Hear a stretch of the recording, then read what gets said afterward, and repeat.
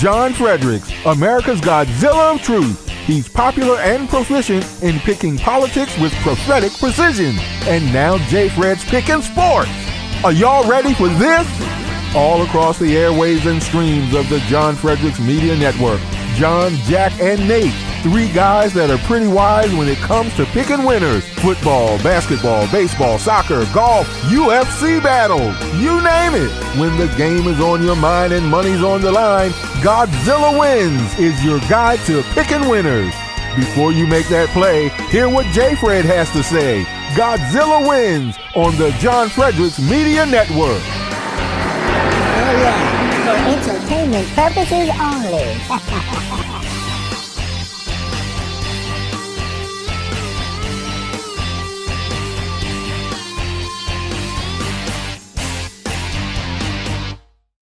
Well, it's 9 a.m. Eastern time on a Saturday, and you know what that means? You're on Godzilla Wins. We got Jay Delson, we got Peter Kriebel, my son Jack running a little bit late. He'll be here in a couple minutes.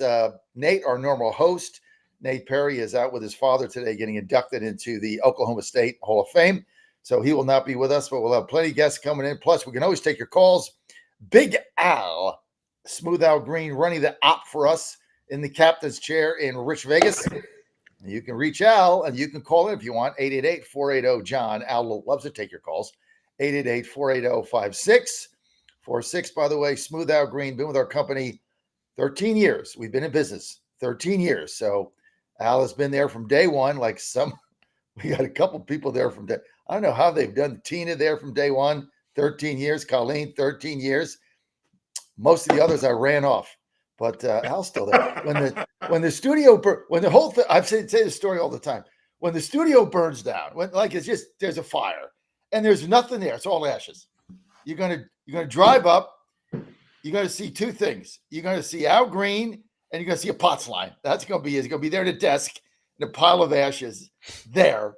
Saying, hey, we gotta get on the air. We gotta figure this out. That's Al Green. Been with us 13 years. We got a lot to cover today. I got to start with the Godzilla Wins disclaimer. Don't forget, 9 to 11, every Saturday, we're right here. We podcast it as well. If you miss part of the show, you can always go back.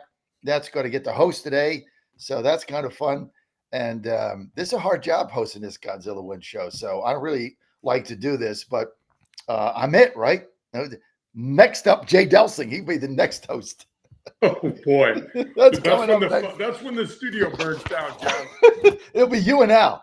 All right, I got to read this. I got to read the disclaimer here. My son sent me. He's a stickler for this legal stuff. Now, if you have a gambling problem, call 1-800-GAMBLER. That's 1-800-426-2537 in Colorado, Illinois, Indiana, Louisiana, Maryland, Michigan, Nebraska, Ohio, Pennsylvania, Tennessee, Virginia, West Virginia, and Wyoming. 800-327-5050.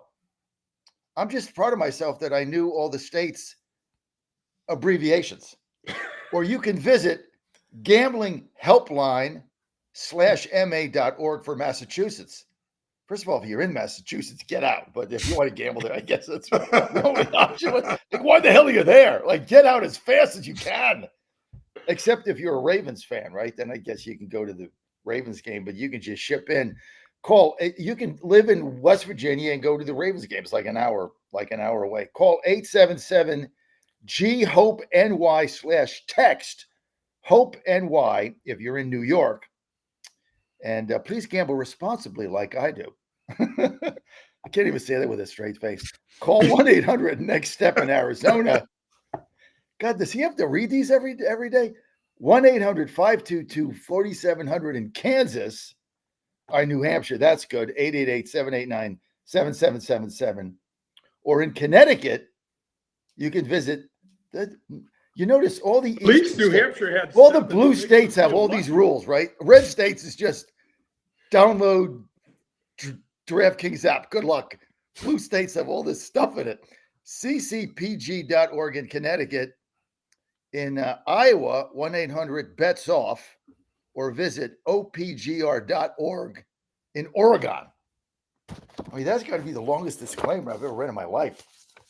At least I think it was New Hampshire, John, had a bunch of sevens on the end, so it might feel lucky.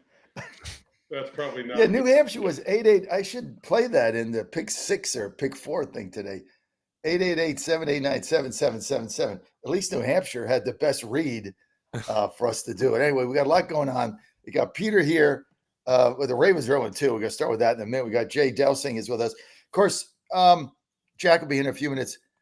And you can call in 888-480-JOHN and say hi to Smooth Out Green.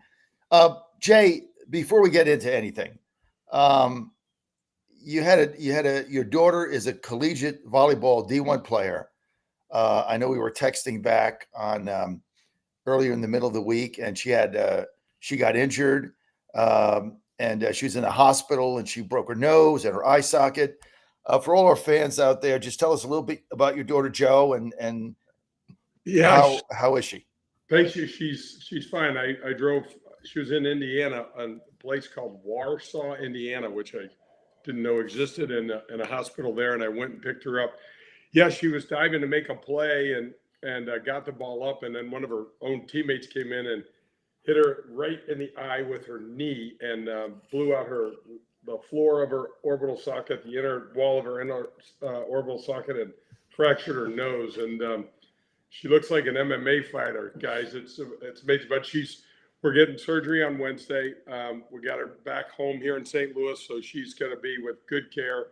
We got lucky, it could have been way worse. You never think of this sort of stuff, but had to hit her nose and push her nose up into her head. It could have been a real problem. So thank you for the prayers and the thoughts. And she's home. She's sleeping now. And so we're going to get her on the mend. And John, she's not our age, so there's no wrinkles. It doesn't look like this. And she's going to heal, So it's not like us where we're like, boy, I hope this, put a Band-Aid on this and a year later it goes away.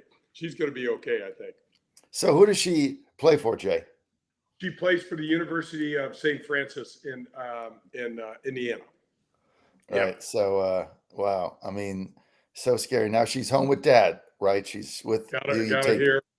Dad's got her home, taking care of her back in St. Louis. Yep. All right.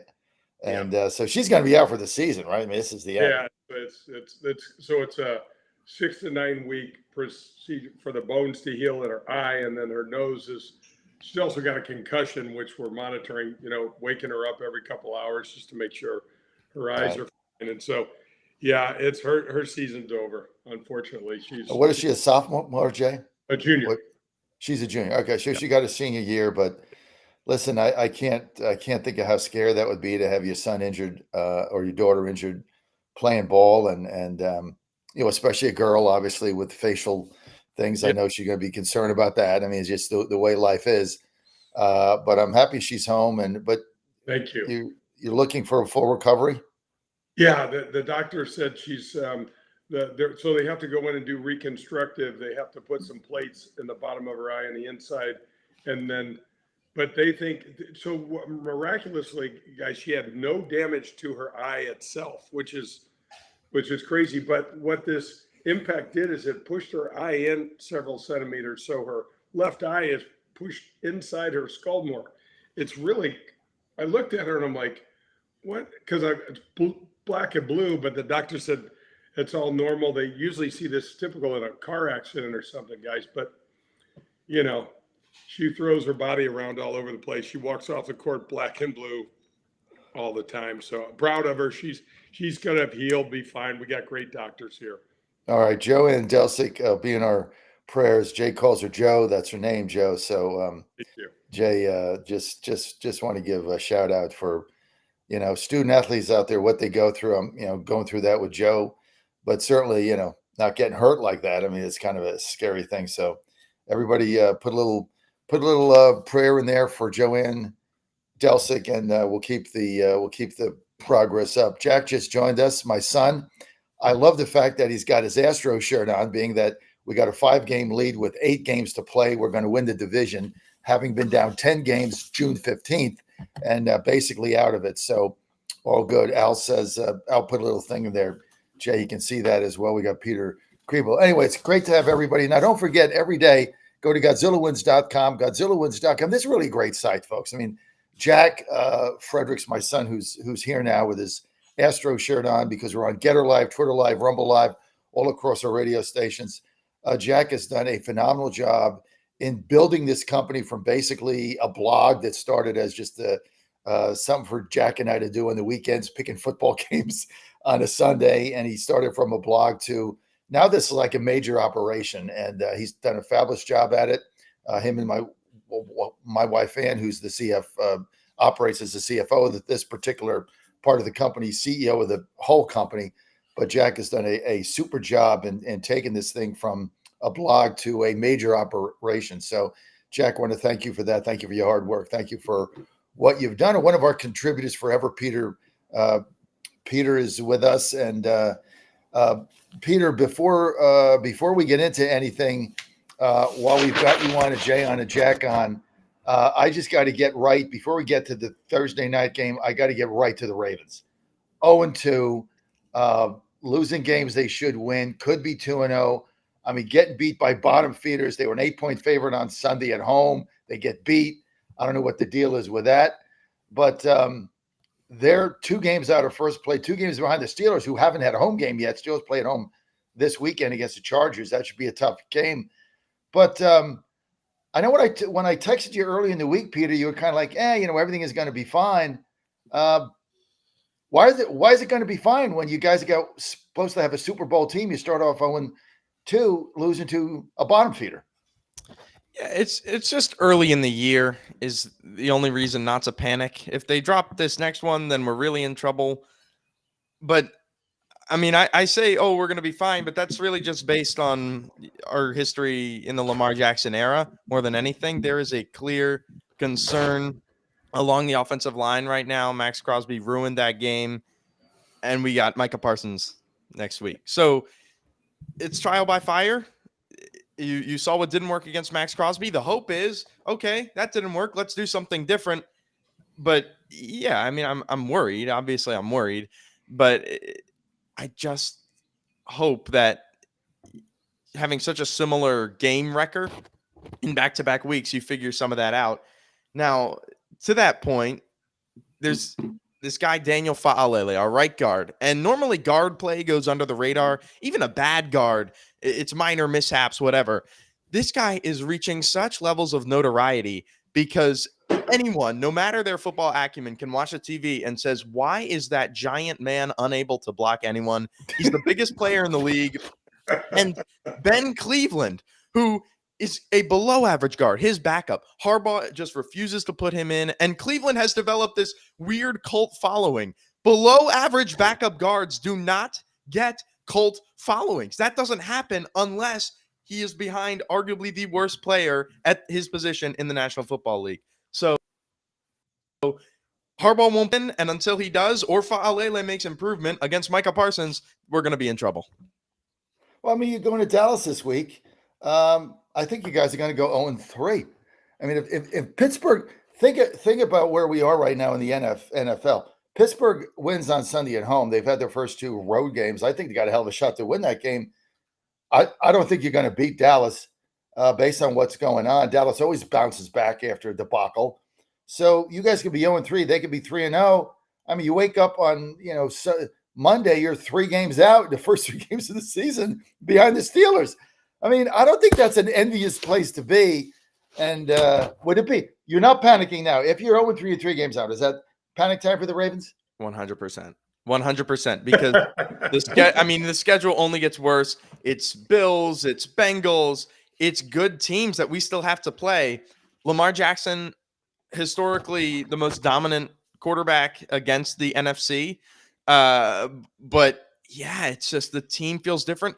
And it's just gut punches everywhere. Like Justin Tucker, who has been automatic my entire life. I was 9 years old, and Justin Tucker we got the best kicker in the league. Everyone knows it. And now he's a below average NFL kicker. It's just doomsday everywhere. But if you beat the Cowboys, you kind of weather the storm. Even in their, yeah.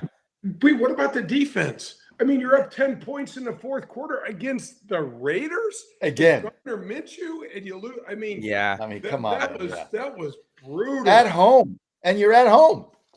Yeah, brutal. So there's a couple reasons for optimism on the defensive side of the ball. The first is the D-line is playing better. Odafe Owe has broken out a little bit.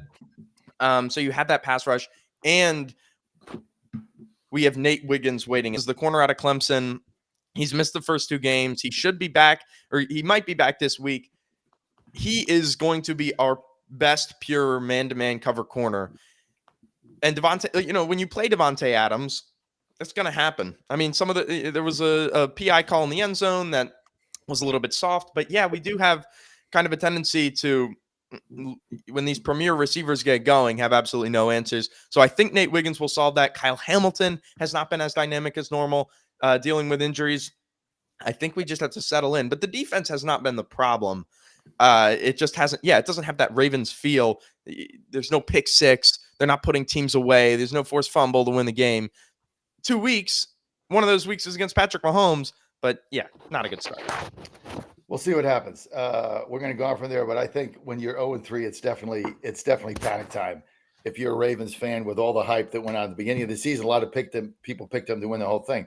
Okay, let's talk about Thursday night football. I had the loser on that. I got sucked into the Patriots because of their defense. I thought the Jets should have been 0-2. Titans should have beaten them a week ago. Titans should be 2-0. They're 0-2. They suck. But I just didn't see it. And Pats go there. They lay an egg. It's like watching that game, guys. It was like, this is the New England team that everybody thought they'd beat, like 0-17. They do have a win. They did play the first 2 games competitive. They were never in that game. They could not move the ball. Big step up. Jets really didn't stop Tennessee last week. Tennessee stopped themselves again. And but that game on Monday night at home, New England was never in that game. Is this the real Jets that we saw on Thursday night? I'm going to start with my son Jack. Hey, yeah, thanks for having me. I don't know. I guess I mean, I was really reticent to pick them for this game on Thursday. I was really reticent to pick like the spread. I know they were like a 5.5 point favorite, and I thought, well, okay, that could be an issue because the Jets have looked weird the last couple weeks. I mean, they beat Tennessee, but they came back in pretty dramatic fashion, a lot like the Raiders coming back against the Ravens in that dramatic fashion, a 13-point deficit. I think the Jets were down even more with the Titans. So I thought, okay, well, I'm not totally sure. The Patriots have looked okay. They're 1-1. So I took the under. That's usually the play on any Thursday night game. Just take the under and see what happens. And that hit. So that was nice, but it was tricky at first. Yeah, I mean, I think the Jets are going to be a good team. I think they have an incredible defense. We know that from the last couple of years. Rodgers doesn't look over the hill, but I mean, he's definitely older. So there's going to be some growing pains, some issues there. But I do think between, Rodgers and Hackett and this defense that they probably will be able to, I'm pretty confident that the Jets are going to be what we think they're going to be this year. And the Titans win was also telling. I mean, they came back, maybe the Titans suck, but they came back from a really incredible deficit and won in a huge way at the end of the game. So if I'm remembering correctly, So yeah, I mean, as far as I'm concerned, I don't have any real concerns about the Jets per se. I think this is probably the team that we know that they're going to be and be capable of. Aaron Rodgers doesn't lose to teams that suck, and the Patriots are awful. Their week 1 win, I think, was a fluke. I think the Patriots are going to be awful, and we'll just have to keep an eye on how the Jets season unfolds. Well, New England played very competitive football for 2 weeks, actually won a game. They were very competitive a week ago and covered the spread. I think they were a 3.5 point underdog, made the cover. Jay, I picked the Jets to win the Super Bowl. That bet's gone. They're not going to do that. But are they for real? I got to tell you, I was really impressed with Aaron Rodgers. I think he's 40 years old. I saw a guy with a chip on his shoulder. I agree with what Jack said. They're not gonna run the table from this point on. But I got to tell you, he looked really, really sharp. Maybe it had more to do with New England's defense not being as good as I thought they were. But he had total control of this game. I mean, they had no answers for him. And you saw when he got that roughing the passer call at the end of the game, man, he bounced up right away. So he looked very, very good, very sharp. Didn't throw the ball down the field a lot, but was more in that, that 12 to to 18 to 20-yard range, Right. but his release is ridiculous. And I don't know, man. I like the Jets. I like their I like a team that can play defense when the weather gets bad. Right. That's what I really like. And Aaron Rodgers, you know, every time he drops back, guys, I hold my breath. I'm like, I don't. Is he going to get up? Is he going? I mean, 40 years old playing against 22-year-olds. It's a big ask. So, Peter, the first week, San Francisco ran all over them, right? Yep. They really looked awful. And forget Rodgers, he was okay. You know, second week, Tennessee should have won that game. Will Levis, he's some kind of a mental case. The guy really shouldn't be playing football. I mean, he needs to go and go work at one of those social homes where you take care of people that have problems. He's a nutcase. Guy's got a screw loose. Okay, needs to go do something else. So they should have gotten beaten that game. But then you see him on Monday night, and I'm trying to decide for myself because I have to go to bed after the first half, and I'm thinking, all right, this bet's gone. I picked the Jets to win the Super Bowl. I didn't like them in the first 2 weeks. New England is really worse than they're kind of like what we thought. I mean, where's this team going, Peter? Yeah, I think there's a lot to be excited about as Jets fans, mostly because the team, for the first time in a long time, has a floor on offense. Like, Aaron Rodgers isn't going to let a game get away from him and throw 3 picks like maybe Zach Wilson would, which is improvement. And that means that you are at least an average team in the AFC. And that's a big deal with that defense because it's not something that they've had. But the Jets are all in. They want that Super Bowl. You want that Super Bowl with your bet. And so what I think we're seeing out of Rodgers is, first of all, really encouraging physically, right? I actually went to their training camp and, seeing him throw in person, like what Jay was talking about, that release, it is special. And yeah, it's like even against San Francisco when they lost, he wasn't inaccurate. He was actually accurate in that game. The problem was he wasn't being a good playmaker, a good distributor. He only targeted 4 players in that game. That was the least in the NFL that season. On Thursday night, he targeted 8. That doesn't mean that Tyler Conklin and Braylon Allen are going to be the difference. It just means that the offense isn't as one-dimensional and Garrett Wilson-centric. So what we're talking about, what Rodgers has alluded to, is teams are taking away Garrett Wilson, whether that's 3 clouds or Tampa 2 or 2-man, and shading a safety to help. So there are 2 ways that the Jets can win. The first is if Wilson is taken away, you need someone to step up. You need that. On Thursday night, it was Alan Lazard. Mike Williams was brought in to be that guy because Alan Lazard was really disappointing last season. Williams is looking a little bit more like himself. I mean, I didn't even recognize him against the 49ers. The other thing that you can do is get a run game going. And this is the piece where the Jets can be, if they want to be a Super Bowl team, they have to get this going because that opens up Wilson. You have to get that safety to creep down into the box, and you have to get one-on-ones for Wilson because he's your best player outside of Rodgers. So either Alan Lazard continues to beat good teams, right, by himself, which is possible. But when you run into the Chiefs, that's not really sustainable. So they need to get a run game going, and that's how you reach your ceiling. Well, we'll see what happens. I mean, I think the Jets, at least if you're a Jets fan, at least Monday night you saw, or I'm sorry, Thursday night you saw what you thought the team could be. Okay, I'm going to get on to another couple topics here, but before I do that, I got another great night's sleep last night. Sometimes I ask myself, how do I do this? I mean, I was at an event yesterday. I had to get up at 3 a.m. to go to wherever we were, Charleroi, Pennsylvania, for an event. Dave McCormick was there. Factories closing, horrible situation for people. But I got 4.5 hours of sleep. I got to bounce back, and the only way I do that, folks, is with REM sleep from Healthy Cell. And I'm such a Healthy Cell believer because at 66, I shouldn't have this energy. I really shouldn't. I mean, I should be, getting tired and stuff like that. I'm not, because I take Healthy Cell. I go to healthycell.com/Godzilla, REM sleep. With promo code Godzilla, you're going to get 20% off. But the beauty of this thing, and by the way, I just sent you a box. The beauty of this thing is that when you take this 15 minutes before you go to bed, it is going to put you out in a deep sleep. It's all natural. That's not addictive. There's no drugs in it.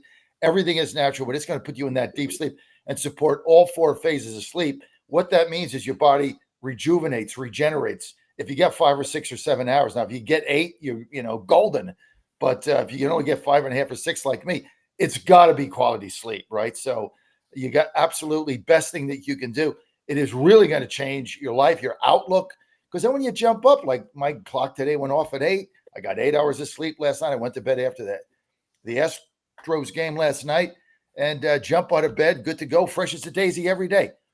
HealthyCell.com, REM sleep, do it now. Promo code Godzilla, save 20%. New research. What? Oh, go ahead. Yes. Can I ask a question? Please. What are you shuffling papers? What do you got? Yeah, I got papers because you guys made me the host here, and I guess I don't need the disclaimer like now. Jon Stewart? Like Don Lemon over here with your This is the first time. This is the first time I've hosted Jay Godzilla Wins. Now, when I do my radio show and my TV show, it's different because I got it all prepared. I got it all memorized. I don't have any paperwork. I don't have anything up. I just do it off the cuff. That's what makes it so good. But here I've got like run sheets and stuff that my son said. The fact that you got it's very organized is a win.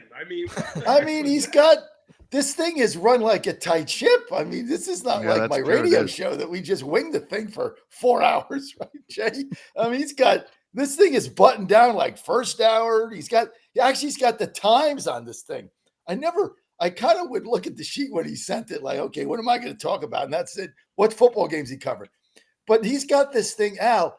Did you get this? He's got this broken down in like time segments. Okay, like 9:05 to 9:10 was Thursday night football reactions. Let's see what time is it now. I'm like 17 minutes late and we just started. Now it says 9:11 to 9:20. New research shows sports radio is a game changer. Did I already do that segment? So many times already over. Do I just cut that out? This thing is intimidating, son. I know why you're getting your PhD. Holy crap! If you were around my radio show, I'd go to business in 2 weeks. Hey, Matt. Hey, Al. I just say in the chat, Al, did you ever see anything like this? I mean, this is pretty incredible. And when you sent it, you copied Al on it. Al was like, "Oh, thanks for copying me on the run sheet." It's like, okay, well, you're running the show. You should have the run sheet. Yeah, well, no one told me that. We switched from Mike to Al permanently, so I'm glad I remembered to put him on the run sheet, and in the future he'll be on there forever. Now I put Michael on there too, so we're over prepared, but yeah, I'm glad you printed it out, and this morning you text me, you're like, where's the disclaimer? I've never seen you this prepared for this show in my entire life, so maybe we should just make you the host forever so that we can you can actually do your homework. That's not go ahead. No host, thank you. I got enough. I got 20 hours of hosting a week. That's about all I could do to get through this election. Okay, but new research shows, I'm sorry, Jay. New research shows sports show is a game changer. So there is new research. It is true. And I said it to Jack, I get all this stuff.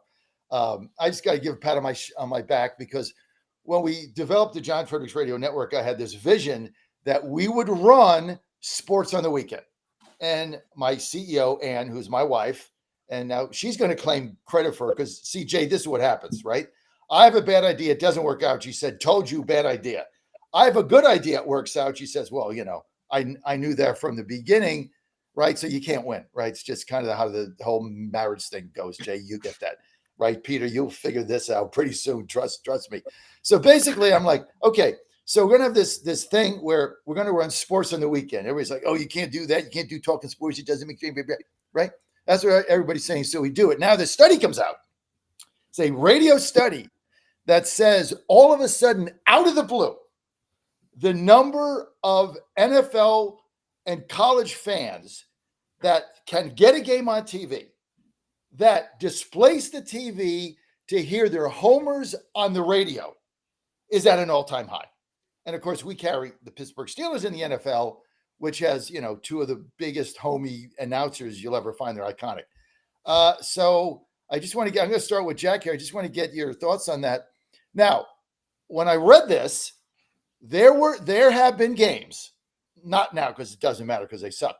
But there have been games where the Titans mattered, where we would put the TV on, turn the sound off, and put on the Titans announcers, Mike Keith and Coach, the coach guy, because they were homers, and we wanted to get their perspective. And I didn't care about the vanilla generic people on NBC or CBS or whatever they're on.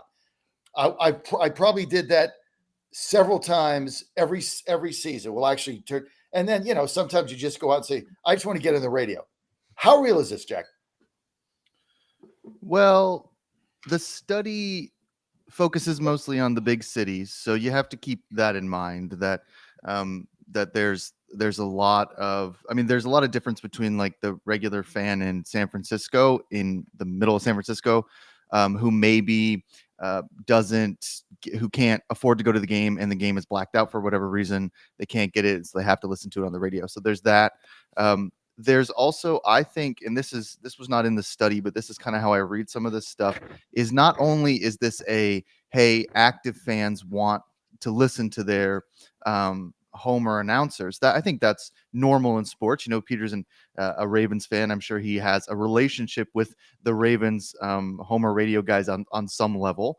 And he might not listen to them all the time, but I'm sure every once in a while it tunes in, or he'll catch their calls if the Ravens come back from a big game. People like to do that. They love it with baseball. It's big tradition, etc. So there's that mixed in, but also like it's becoming more complicated and not necessarily more expensive. It's always been expensive, but more complicated to now watch the NFL. Like you have to have Peacock, and you have to have Amazon, and you have to have either YouTube TV or Fubo, or you have to have something else, and you have to have NFL Sunday Ticket, or you don't have NFL.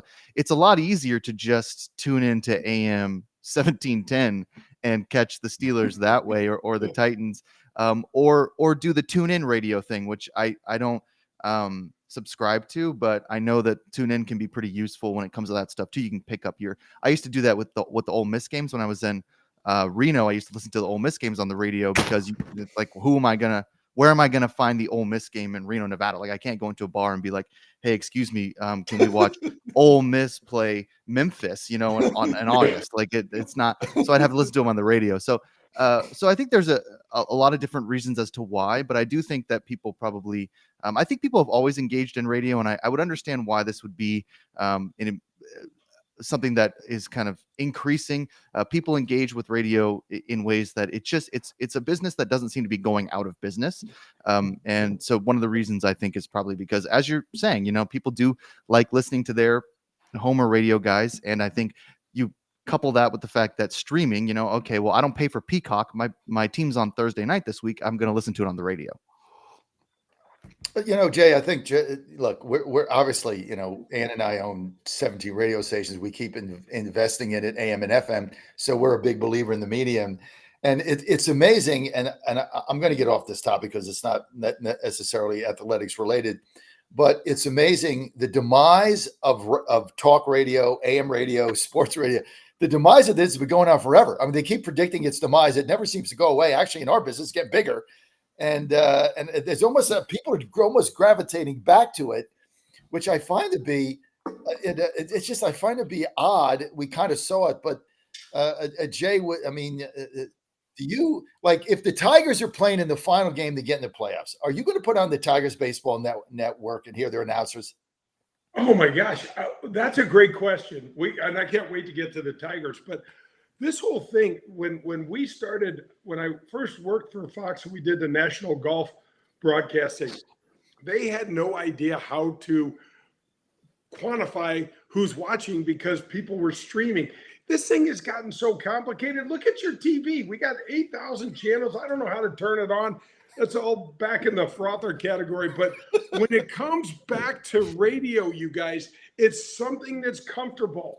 People can, it's like putting on your favorite sweatshirt or something, and once you start, Jack, you said something I think is really important. It's easier to develop that relationship because I think on radio, you have more time for your personality to come out. You get to tell a story or two.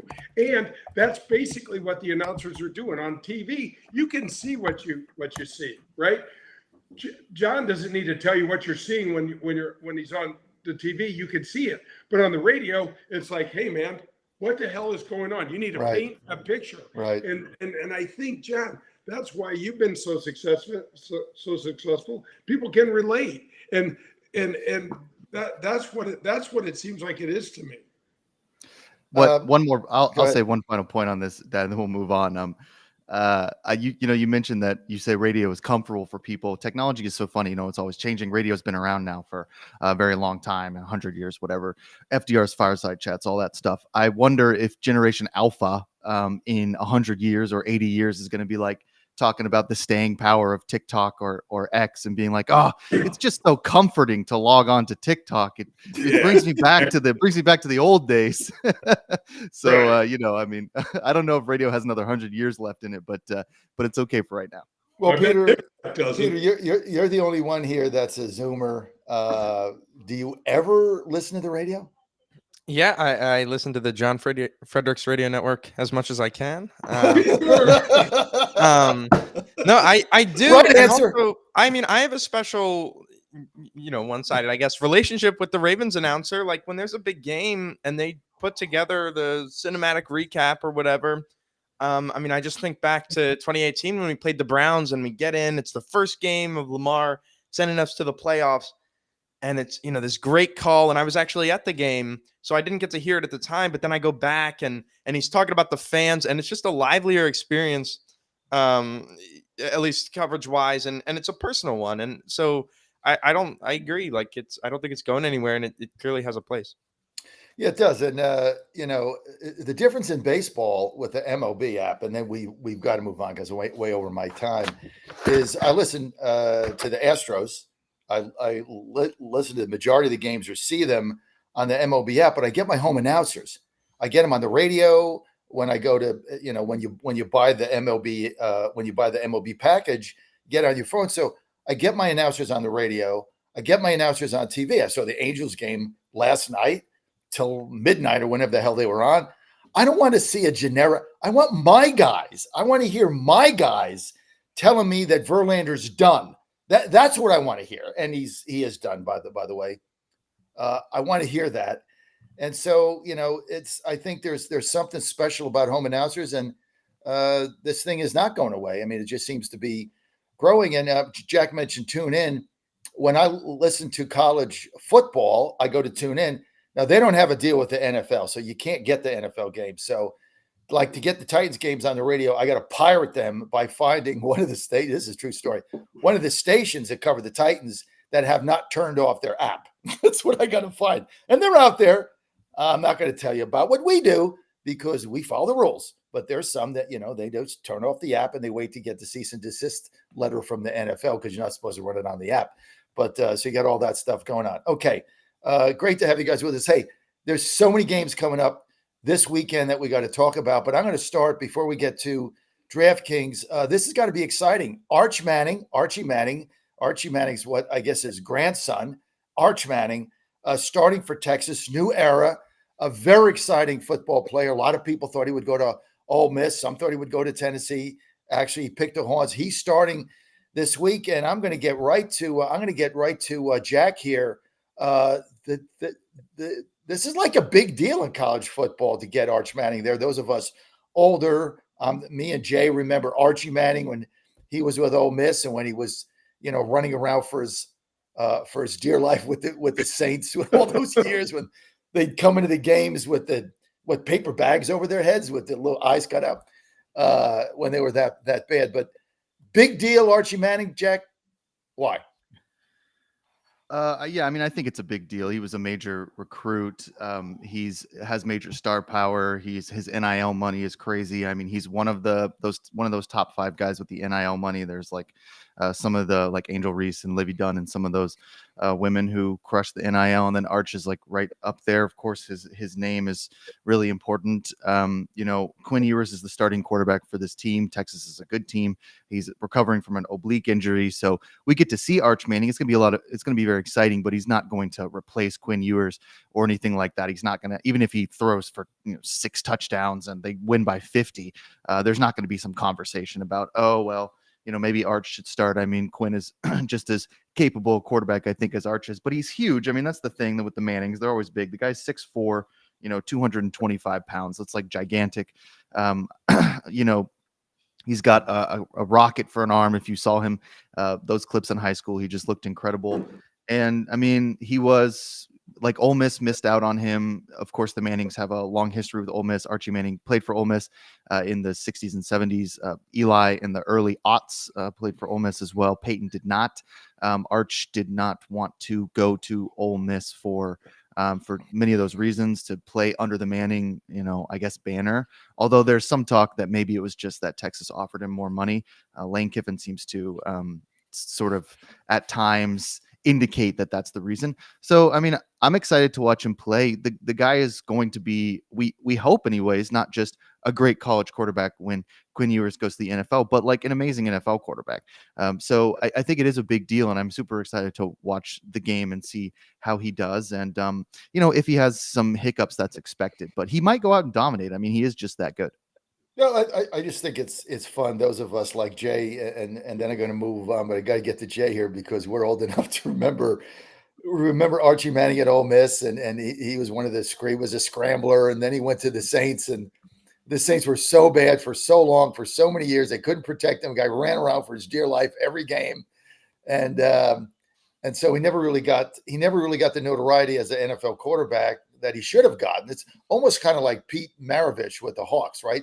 You play on bad teams, you never really get the notoriety that you could have gotten at the level that he played. Jay, one Arch Manning anecdote you've got Archie Manning, and we'll move on.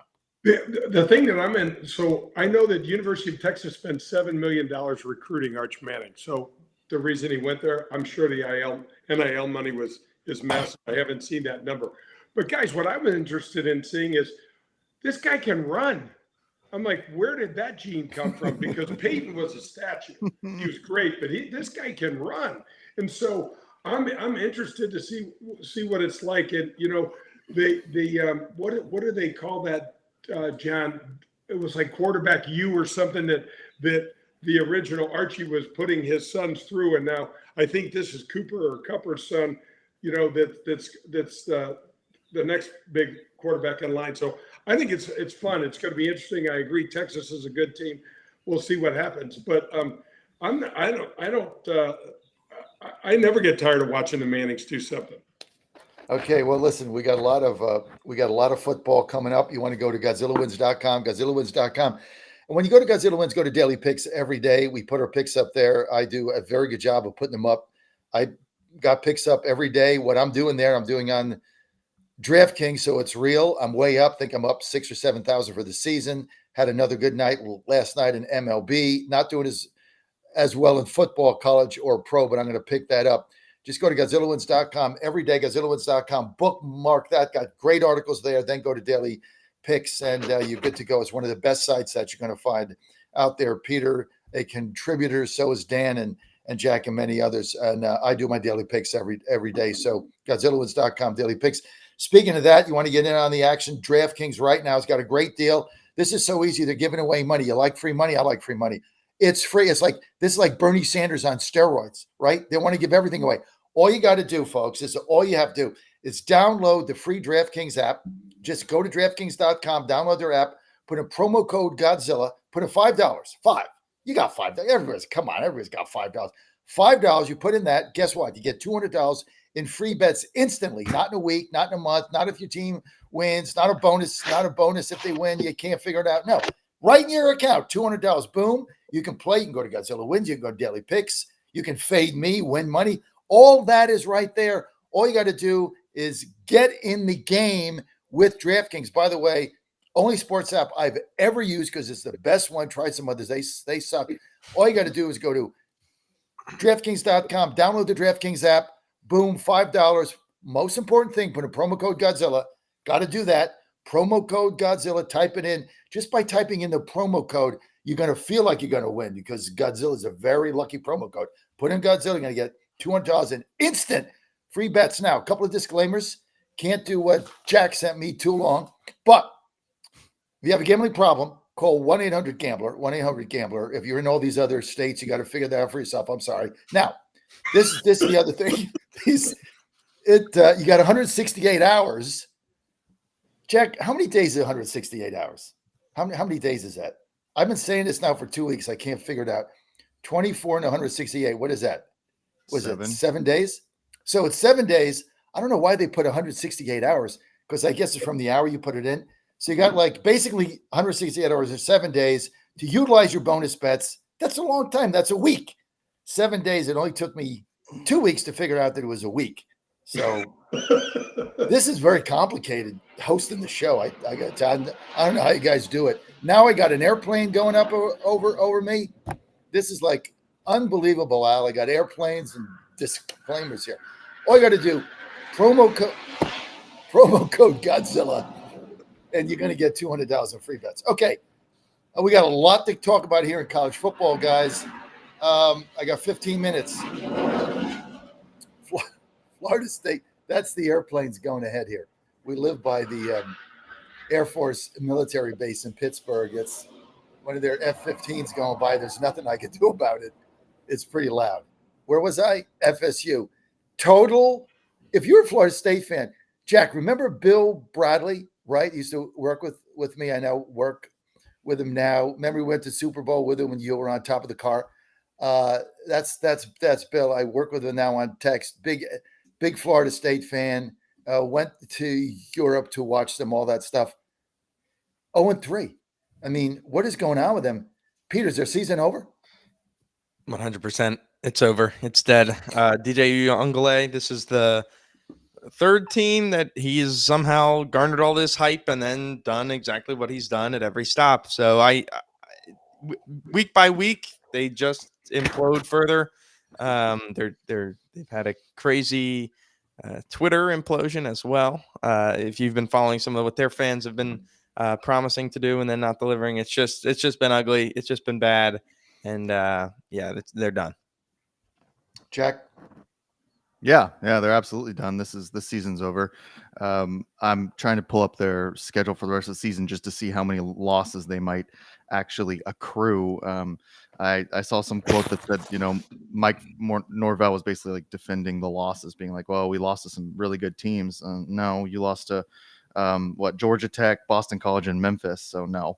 I mean, DJU has just had a really difficult career. He just hasn't been successful anywhere he's gone. So that's tough for the kid. But this has been an awful season for them. And knowing FSU fans and the FSU community, like there's no way Mike Norvell survives this. I don't think. I mean, the losses are going to continue to pile up. There's no way they're going to just turn around and all of a sudden rip off like 7 or 8 wins. I mean, if they do, then hats off to DJU and hats off to Mike Norvell. All they need is one right now.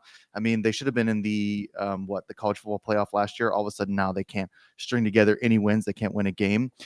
So I mean, a couple more losses, Peter. I think Mike Norvell's gone. Yeah, I don't think he can survive. And look, they got all kinds of issues there. There's a new era in conference realignment. We got games today that when I saw it on the schedule, I'm like, Deja, is this like January? Is this New Year's Day? Is this a Rose Bowl game? So you got USC today versus Michigan. Utah's playing Oklahoma State. Tennessee versus Oklahoma. This is all new because of the realignment. So we got 11 minutes on college football. So we got to get to some best bets here. There's some big games. I'm going to start with what I think is one of the most fascinating games on the schedule, which is Trojans in Michigan. Now, I bet Michigan 2 weeks ago, took 6.5. The first 5 minutes of the game, I turned it off and scratched my bet. I knew I was dead, right? So they were never in that game. If they played them 15 times, they get beat 15 times. Michigan's got some issues. USC right now 4.5 points over Michigan in Michigan. Let's start with Jay. Being that you're a Tigers fan, you're right there. What do you think? Boy, I got to tell. First of all, I hate USC. I'm just going on the record. I went to UCLA 2,000 years ago, but I hate USC. So I'm betting Michigan. I I'm trying to get my hands around this realignment and seeing these games. I mean, just the fact that USC is playing in Michigan in this non Rose Bowl, non bowl situation, I think it's interesting. Um, I, I'm I'm going in on Michigan. Mostly because I don't like USC. I don't think USC's beaten anybody yet of any note, and I'm hoping that we can pull a home win out of here and win outright. I don't want USC to win and not cover. I want USC to lose. Jack? I like the under in this game if we're just doing some, sort of betting analysis. I'm not exactly sure that I know who USC is or if they're going to cover by what. I think the spread is 5.5. What I do know is that USC's defense is only allowing 14 points per game, and it's not like they played a lot of offensive powerhouses, but still, that's a really good number. And Michigan is a slow, plodding offense. Like they want to just run the ball over and over again and win the game like 7-3. Exciting Michigan football. Great time to be an Ann Arbor fan if you like offense, I guess. But between the fact that great defense at USC, it looks like, and Michigan's bad offense, I believe the under is set around 44.5. I'm just going to take the under there. I know, Dad, you make fun of us a lot for doing that, but I hit the under at the Thursday night game. And I think I hit the under at the Michigan game when they lost to Texas as well, or maybe I lost that one. But I'm going to keep doing that with Michigan because their offense just is struggling a lot. And then, you've got USC that has a great defense. So maybe USC gets to 35 points in general, like just by themselves, but probably not. I mean, Michigan's got a great defense too. So I'm just going to root for fumbles and fourth downs and punts in this game and try to win try to win a unit, I guess. All right. Well, I've got 3 best bets, so I'll give you one here. I like USC minus. It's now 4.5. It got bet down. People are betting Michigan at home. Like I got sucked into it 2 weeks ago. That team has showed me nothing. I think they got all kinds of problems in that organization with new coaches and everything else. USC, on the other hand, playing very good football. I think they cover. I think they win easy. So I like USC minus the 4.5. Peter, comment on the USC Michigan game at 4.5, and then go right into the University of Virginia game today, where they're a 3.5-point favorite. Yeah, I just think Michigan kind of lacks identity. They get their soul ripped out against Texas and come out and put up 28 points, which isn't bad, but it's the Arkansas State. Go out there and impose your will. There's no part of that in this team, and I think USC wins as well. As far as Virginia, they had a disappointing loss as well to Maryland last week. Had a halftime lead, squandered it. Felt very much like the team of last year. So today they go down to Coastal Carolina, 2 p.m. kickoff. And Coastal Carolina, I mean, Maryland was more of a balanced attack. They have, like I said in the preview, the nation's leading receiver at the time game. They throw the ball a lot. Well, this is the complete opposite. Coastal Carolina runs the ball 70% of the time. So, there's certain things to draw from that. The first is, okay, it's a one-dimensional offense. We should know what's coming. They're going to run the ball a lot. They've a lot of, quarterback design runs. But with that comes good fundamentals. You do anything that much, you're going to be pretty good at it. You can have a ground-heavy team that wins games. And I just, as far as the offense goes, it's Calandria needs to bounce back because ever since week 1, he's had his turnover numbers have just been on the uptick. 2 in week 2, 3 last week, and he has talent. When he is confident, he is very exciting to watch. But man, when he's down or has an early turnover, it just feels like sometimes it spirals out of control a little bit. Got to get the ball to Malachi Field some more. He's slowed down a little bit since his 248 yards through 2 weeks, which was at the time leading the ACC. And yeah, it's just show that you can run the ball. The red zone offense was horrible last week. You just need to be able to convert on that, and you're not going to close games out, and you're not going to score in the red zone if you can't run the ball. And against Coastal Carolina, you better be able to run the ball. So that's what I'll be looking for. You like the minus 3.5? I do. I think they're going to be. They know the importance of this game, and as far as where it stands, as far as the likelihood of them making a bowl game, they have to win this game. All right, let's go to our best bets here in college football. I've got several of them, so I'll start off, and I'm going to go with UVA. I'm not a really Cavaliers backer, but I agree with you 100%. They're a better team than Coastal Carolina. They should win this game. They have to win this game. This is one of those embarrassing losses that you got to take back to the ACC when football starts getting very serious for them. So I like UVA in that game. Other game I like, I just told you, USC -4.5. I'm going with them big. Michigan's got all kinds of issues. West Virginia at home today. Okay, I got my gear on, right? Obviously, I'm going to pick West Virginia -1. I know we got some issues. I get it. They couldn't beat Penn State. They don't measure up. I get it. Last week, not very good either. I get that. Coach is under fire. Now they come back home.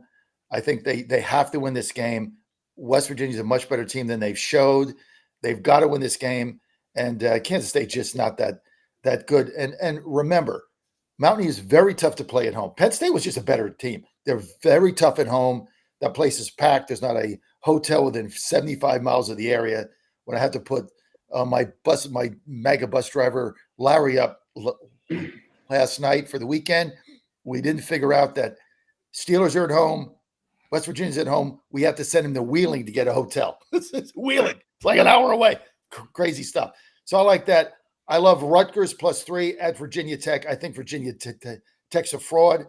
So I'm going to go with Rutgers there. And I tell you, the other game I like today is Navy +9.5 over Memphis. I mean, Navy just runs the football. These are always tough games. These are always tough games at home in Annapolis. So I like Navy, USC, West Virginia is my best bet today, and then the Cavaliers. Jay, I got 3.5 minutes. I'm looking forward to watching Utah and Oak State. Two good teams. It's kind of interesting. You know, we're talking about college football and the quarterback Rising's coming back to Utah. He's 25. And the quarterback for Oak State is 24. Where we watch Major League Baseball, and some of the brightest stars are younger than that. It's interesting. College football has changed a lot. NIL, COVID, the whole thing. I'm going Oklahoma State at home. They're given 1.5 on the numbers that I'm looking at. I like Mike Gundy. I think both teams are really well coached. I think it's going to be a great game to watch. Okay, Jack. Yeah, I got a couple here. You know, we'll see. I'll say this: my track record with the NFL right now, I'm really hot. I've been putting my picks in to Godzilla Wins Daily Picks. So you can go to Godzilla Wins. You go up to the top menu there. You hit Daily Picks, and you'll see everybody's picks. Dad puts his picks in most regularly. He's the most consistent with that. But we all do a pretty good job, especially with football. Yeah, you absolutely. You know, I mean, well, you're the baseball guy. It's every day. I couldn't tell you how to bet any baseball, but college football, I've been a little weak. I mean, like I'm like 500, maybe a little, like my ROA is not so great, but I got some bets today that I'm a little bit more confident about. So here we go. Tennessee -7 versus Oklahoma. Oklahoma just hasn't really been that impressive to me this year. Tennessee looks to be like a real team. So I like the -7. It's a large spread, but I like that one, especially in Norman. It makes me a little nervous, but I still like it. Georgia Tech versus Louisville. Georgia Tech's 10.5 point dog. We saw how they played against FSU. Maybe that win is not so impressive now, but I still think they might be able to keep that one close. Love Northern Illinois -13.5 versus Buffalo. Northern Illinois, remember they beat Notre Dame a couple weeks ago. That this is a pretty good team, and I don't see any reason why they can't blow out Buffalo. Arkansas +3 versus Auburn.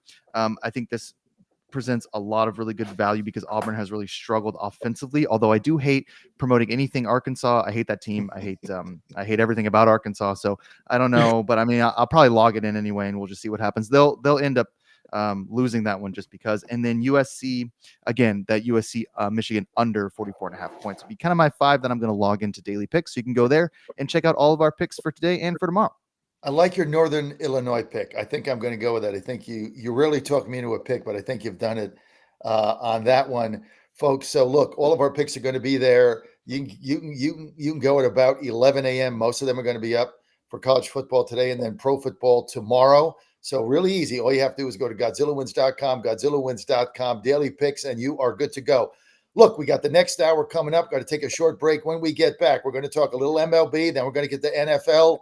Don't look now, but the Detroit Tigers are a game out. How the hell did that happen? Stay with us.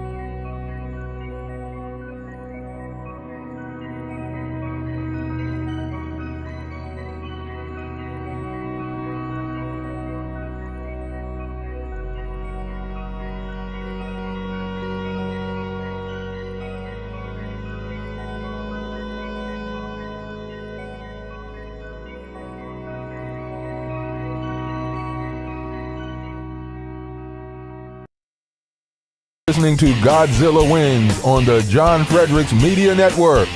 For a deeper dive without the jive, visit the website of winners, GodzillaWins.com. Let's get back to the show with the guys in the know, John, Jack, and Nate. It's Godzilla Wins on the John Fredericks Media Network.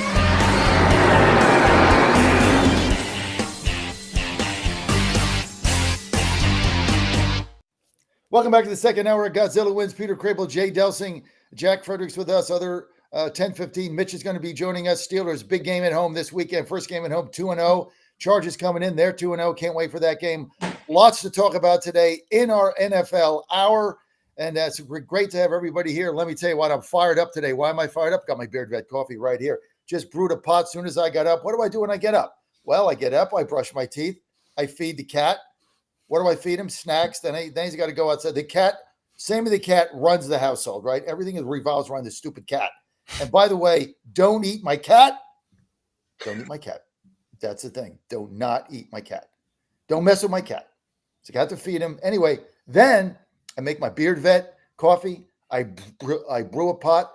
Great to go. Look, this is the people's coffee. This is the people's show. This is the people's coffee. Like, we're not up here in one of these fancy studios with all this stuff, right? This is the people's show, and it's the people's coffee. All you got to do is go to beardvet.com. It's priced so that you can afford it. Not like some of these $1.50 a pod. Who the hell can do that? Plus, I get the bags. I don't do the grinder thing, too much work, but I get the bags. Blew myself a pot of Beard Vet. Just go to beardvet.com, beardvet.com. Promo code Godzilla, going to get 10% off, over $50 free shipping. Can't beat it. The official coffee of Godzilla Wins. You can go to beardvet.com, beardvet.com. Now, before we get to NFL, Peter, and all that good stuff, I think we got Mitch joining us at 10:15, so I'm going to hold the Steelers game for that. We got to talk a little MLB baseball. Number one, the Houston Astros. I'm not even going to lie that I'm not fired up. We got a 5-game lead with 8 games to go. We're going to win the division. We were 10 games out, June 15th. All the starters got hurt. Team has been revitalized. Kyle Tucker's back. Everybody's back.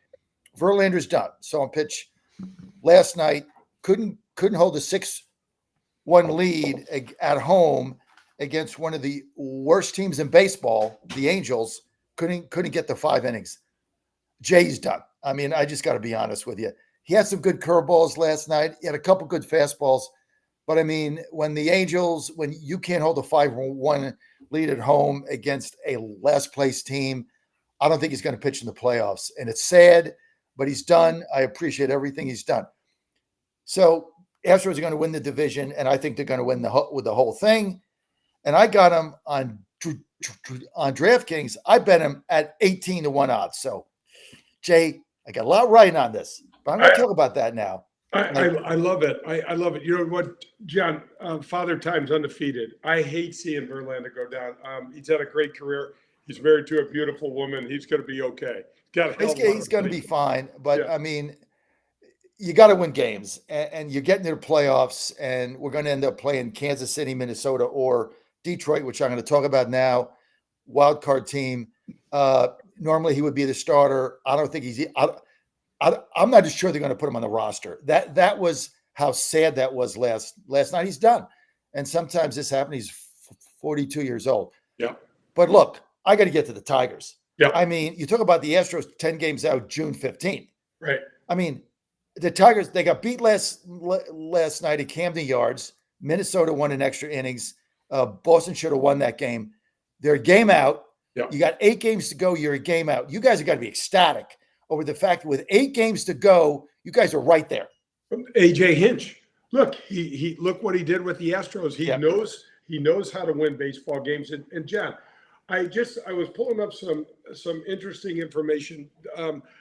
The Detroit pitcher. So since August 1st, they're the winningest team in baseball. I think they're 25-10. They dumped everybody at the trade deadline. They got rid of Flaherty. They got rid of anybody that had ever heard of, right? And they got except for this kid Scooble. I don't. He's a lock to win the Cy Young. He's 17-4. He's got a 2.4 ERA. He's a baller. Everybody else, nobody knows who they are. And the funny thing is, Hinch is doing an unbelievable job. 40% of the time, his starters have gone 2 innings. He is just patchworking people in there. What the hell is that? How did that happen? Al did that. Al, right on Al. Anyway. Al, do that again, Al. That was good. Balloons go up when Jay's talking about the Tigers. That's pretty fun. But so John, what he's doing is, remember back in the day when who was the manager at Cleveland? I'm drawing a blank. Anyway, he would bring his closer in the 6th inning. Right. Wherever there is that dire need to stem the tide from the other team getting momentum and scoring runs, he's doing it. He's pushing all the right buttons. These kids are playing unbelievable baseball, and I think Veerling, the kid they got, he's a St. Louis kid. They got him from Philly. Went to the 2022 World Series. He's a veteran on a team at 27 years old. These kids are not smart enough to be afraid, I don't think, John. It's really a great time. I love this time of year when you're watching good baseball. And unfortunately, I can't be watching the Cardinals because it is ugly. Ugly. But I tell you what, Jay, what this reminds me of is the 2015 Astros, where Hinch took them. Team was not predicted to go anywhere. They were losing 100 games a season. We got in the playoffs. We won the wild card. Keuchel beat the Yankees in New York, and then we should have beaten Kansas City. We had them beat, and Will Smith gave the game away, just like he did in the World Series with the Nationals. So it kind of feels like that. But Jack, you're back here. I think you got your headphones back. Very quickly, because we got to get to the NFL. But I don't want to play the Tigers, right? I mean, we're going to have to play. The Astros are going to have to play either the Tigers. It appears right now, Tigers, Minnesota, Detroit, or Seattle. All those teams vying. Could be Kansas City if they implode. They're up by 2 games. Of all those teams, I don't want to play the Tigers because you're going to lose game 1 with Scooble. That guy's unhittable. And it's just one of these teams where on paper, it's like, what the hell is going on? I don't want to play them. I think Jack's gone. Yeah, Jack, we lost him. I'm right here. I'm right here. Who do you want to play? I want to talk about football. What are we doing? Why are we talking about baseball? This is boring. because the Tigers are a game out, and it's September. It's September. We can talk about baseball for 10 minutes in November during the World Series. We're over here talking about, who should the Astros play during the first round of the playoffs? Who cares? Look, this was not in the run sheet, by the way. You printed out the whole run sheet. You have your papers right there. There's nothing that says John talks about the Astros for the first 10 minutes of the second hour. We abandoned the run sheet. You were back gone. to the run sheet. Get back to the run sheet. Time to talk about football. We're doing NFL, baby. It's week 3. We're like, we're in the middle of football season. You're over here like, in 2015, the Astros lost to the Royals. What are you talking about? This is not interesting at all. It's one of the reasons I logged off. I wasn't even going to log back on. I just figured I was going to start doing some work on my emails, and I just had the camera up. So, I mean, come on, guys. Like, let's move it on over here talking about baseball. I don't care who the Astros play. I haven't watched the Astros in since like May or whatever. I liked it when they were losing. Now they're winning. It's boring again. So time to move on. Okay, well, whatever. You can be the host next week, but you send me this run sheet. But you got Jay's got all that Tiger stuff in the background. What do you expect me to do? right? I'm seeing Stick Tigers to the this, run sheet. Tigers that. 1953 jersey from my dad right here, boys. I know, man. You got to talk about the Tigers. The game out in AJ Hinch. Okay, we're gonna get to football. This segment, this segment. I want the balloons again, Al. This segment's sponsored by our good friends at rosiesgaming.com. Go to rosiegaming.com if you're in Virginia. Now, if you're Peter, you can't go because you're not 21. But if you are 21, you can go to rosiegaming.com. Rosiegaming.com. They got the biggest jackpots, the biggest payouts, the most fun. They got smoking areas. They got not smoking areas. They got upstairs. They got OTB. They got the sports betting. And they're in all these locations in Virginia. Biggest jackpots, biggest payouts, biggest winners. That you go to Dumfries in Northern Virginia. They got a new hotel going up there. You can go to Emporia. I mean, come on, man. Emporia? Are you kidding me? You can go to Conswood by Danville. You can go to Vinton by Roanoke. You can go to right by our studio in Richmond. You can do that. You can go to Colonial Downs, my favorite place. You can go to Hampton. They're all there. Just go to rosiegaming.com. They say, why do they have the biggest payouts? Bigger than Vegas, bigger than Arena. Why? Why do they have the biggest, bigger than Atlantic City? Why do they have the biggest payouts? State legislature in Virginia to get the license. They said, here's what's going to happen. We're going to have the lowest takeout so the players can get the biggest payouts in Virginia. Brilliantly done. Republican legislature in Virginia. Good job. Now, biggest payouts. Just go to rosesgaming.com, rosesgaming.com. I don't like Governor Youngkin much, but I do like the fact that he's killed these scam skill games, so he gets a pass from me for life. rosesgaming.com. Go, Glenn. Keep vetoing these scumbag skill games, Bills. Now, let's get to football. We already talked about the Ravens. So let's talk about some of the bigger games coming up here in football. And let's talk about San Francisco. The first game, they looked unbeatable. Then they get beat. Now they got all these injuries. Let's start with Peter. Are they vulnerable here? They would be, except they are playing the most injured team in the league, the Rams. So it's the most injured versus the second most injured. So just to refresh some people, McCaffrey's on IR, Debo's out this week, Kittle is doubtful, Bosa's questionable, Ward is questionable. All these key players for the 49ers who might not play, but on the other side of things, the Rams, it's Joe Noteboom, Jonah Jackson, Steve Avila, all starting offensive linemen who are out. Puka Nacua is out. John Johnson is out. Cooper Kupp is out. So it's just two decimated rosters. The 49ers will bounce back. Like, they dropped 3 games in a row last year. People forget about that. Went into the bye. Brock Purdy comes back. Like, teams streak sometimes. Like, you just can't maintain it for the entirety of the season. And what's going under the radar is that they lost to a Vikings team that's playing really good football. Like, we don't want to admit it because it's Sam Darnold and everything else. But yes, I think the 49ers will bounce back. And, this is just a depleted Rams roster right now. The only thing I'd say to look for is, if a head coach of the Vikings did expose some things, then McVay is gonna be able to capitalize as well. Jack? Yeah, I guess the way I look at this game, I mean, the Niners will be fine. Like Peter said, there's a lot of history to the Niners having issues with injuries, and Shanahan kind of always bounces back, and Brock Purdy is, a good quarterback, which I don't think we knew until maybe this year, or some of us did last year. They do have a lot of really, this is a lot. I mean, McCaffrey, Samuel, Bosa, Kittle. I mean, so they're missing a lot of players this week. The way I look at this game, if we're just talking Rams, Niners, who's more injured, who has the edge? Okay, well then in this type of situation, who's the better coach? I think coaching in this way really is going to become apparent in this game. And of course, I think I don't know. I mean, I guess I like McVay just as a game manager, as a coach, a little bit better than Shanahan, though Shanahan, of course, has also been really successful. So I think the Niners will be fine, but the injuries are tough. I mean, this is why you watch the Niners, right? So you can watch Nick Bosa, so you can watch George Kittle, Debo, and McCaffrey. And then, Javaris Ward is an important part of that defense too. So two teams beset by injuries. But if you're either team's fan base, I'd rather deal with some of these injuries now than later. And I think none of these guys are out, indefinitely.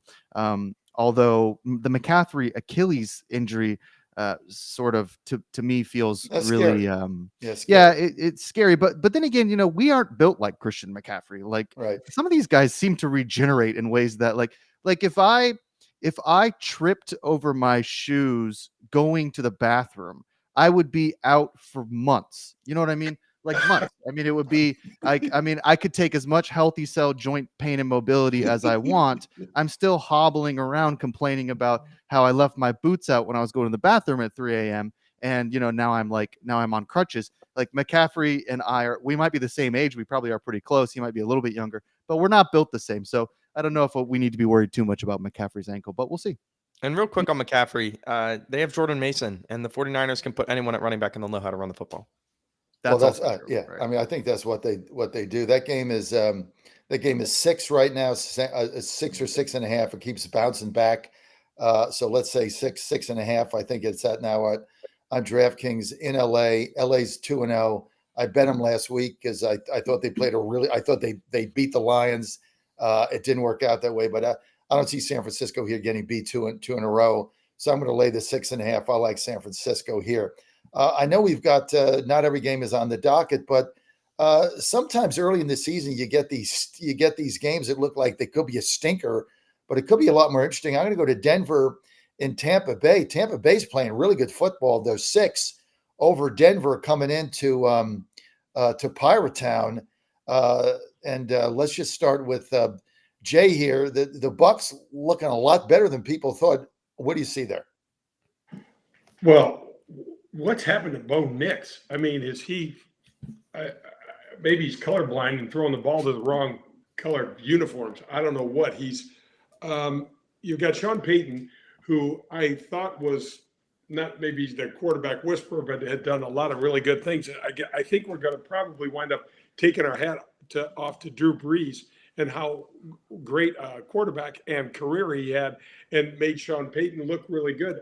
Denver looks, I don't know what. It makes me wonder, did Payton really want to draft Nix, or was that more of an organizational decision? If you want to get on the other side of the ball, I got to tell you what, Tampa Bay has been the surprise team for me. They went into Detroit and beat the Lions at Ford Field. That's a big deal right now. Beat them like a drum. Ford Field is a rocking place to go, and nobody's more excited about NFL football than the Lions fans right now. So I'm on the bandwagon for the Bucks. I'm going to lay what do I get? 6. I'm going to lay the 6. Baker Mayfield. You think Carolina might like to have Baker Mayfield back? I mean, in the hell. Jack, Baker Mayfield, I mean, he did all those commercials when he was with Cleveland. They jettisoned him out of there. Now he seems to have this, I don't know what happens with Tampa Bay, but you go to Tampa Bay and your quarterback career gets revived because everybody else sucks. I don't know what the hell's going on there, but Baker Mayfield, he looks like the Baker Mayfield that everybody thought he was going to be when he was with the Browns and never was. What do you see here in this game, Jack? Quarterbacks rise and fall on the structure of an organization, the ability of coaches to nurture their confidence. They rise and fall on the backs of a talented defense, and they have to have a strong offensive line, usually, in order for them to be good. It doesn't matter if Justin Fields can throw the ball 1,000 yards down the field if you don't have an organization that is structurally set up to support the growth of a young quarterback. We skipped the Bryce Young segment. I don't know if Bryce Young could be successful anywhere else, but he can't be successful in Carolina because that's where quarterbacks go to die. Sam Darnold, Baker Mayfield, now Bryce Young. I saw someone say the other day, and Dad, you'll love this. They were like, listen, Bryce Young will end up on the Titans in 2 years and take him to the playoffs. It's just that bad in Carolina. And that could be the case for Bryce. I mean, benched already. I'm not sure Denver has enough structural organization. I know they got all the John Elway and the Peyton Mannings and all that stuff in there trying to nurture a quarterback, but you have to have talent on the field in order to be successful. And I'm not sure Denver has enough talent in order to do that. Baker's a good quarterback. Cleveland and Carolina are organizations that struggle to develop quarterbacks. They struggle to get good quarterback play out of them because of structural disorganization, because if you don't have a history of developing quarterbacks, you can't do it all the time. And so that's what's going on here with Baker and Sam Darnold and some of these others. Maybe Bo Nix will hit his stride. I think he does have the talent. We shall see. Shout out to the NFC East. Saints 2-0, Tampa 2-0, Falcons 1-1, and then of course Carolina. But this was a conference last year, or a division last year, that everybody made fun of. And the Saints went in and beat the brakes off of Dallas. Tampa went up to Detroit and won that game at Ford Field. And then the Falcons came back in dramatic fashion against a pretty good Eagles team. So all of a sudden the NFC East looks like it could be a tougher division than we thought at the beginning. And so we'll see. But I mean, this is just to me, it's a situation where quarterbacks die in certain organizations and they thrive in others. And they all have the talent. It's just kind of depends where you put them. And Carolina and Cleveland are two organizations that can't develop a rookie quarterback. I think Denver can do it, but I'm not sure they have the talent right now to support Bo Nix's growing pains.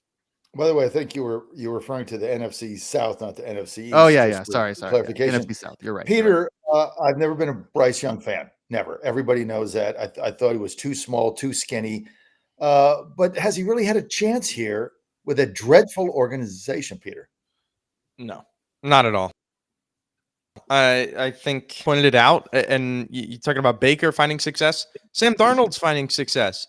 Quarterback is about what's around you. I liked Bryce Young coming out, and the reason I liked him, it wasn't because he's so toolsy. Look how hard he can throw the football. Look at anything except for the fact that he was a gamer. He just understood, and that is gone. They have broken him. He has no confidence, no feel, no swagger. If you saw the video of him walking to practice, head down, he's broken. Carolina has broken quarterbacks that we've seen can be competent. So I just think there are so many problems with the organization, whether it's the fact that Bryce Young has a first-year offensive coordinator, a first-year head coach. His leading receiver is Adam Thielen, 34-year-old Adam Thielen.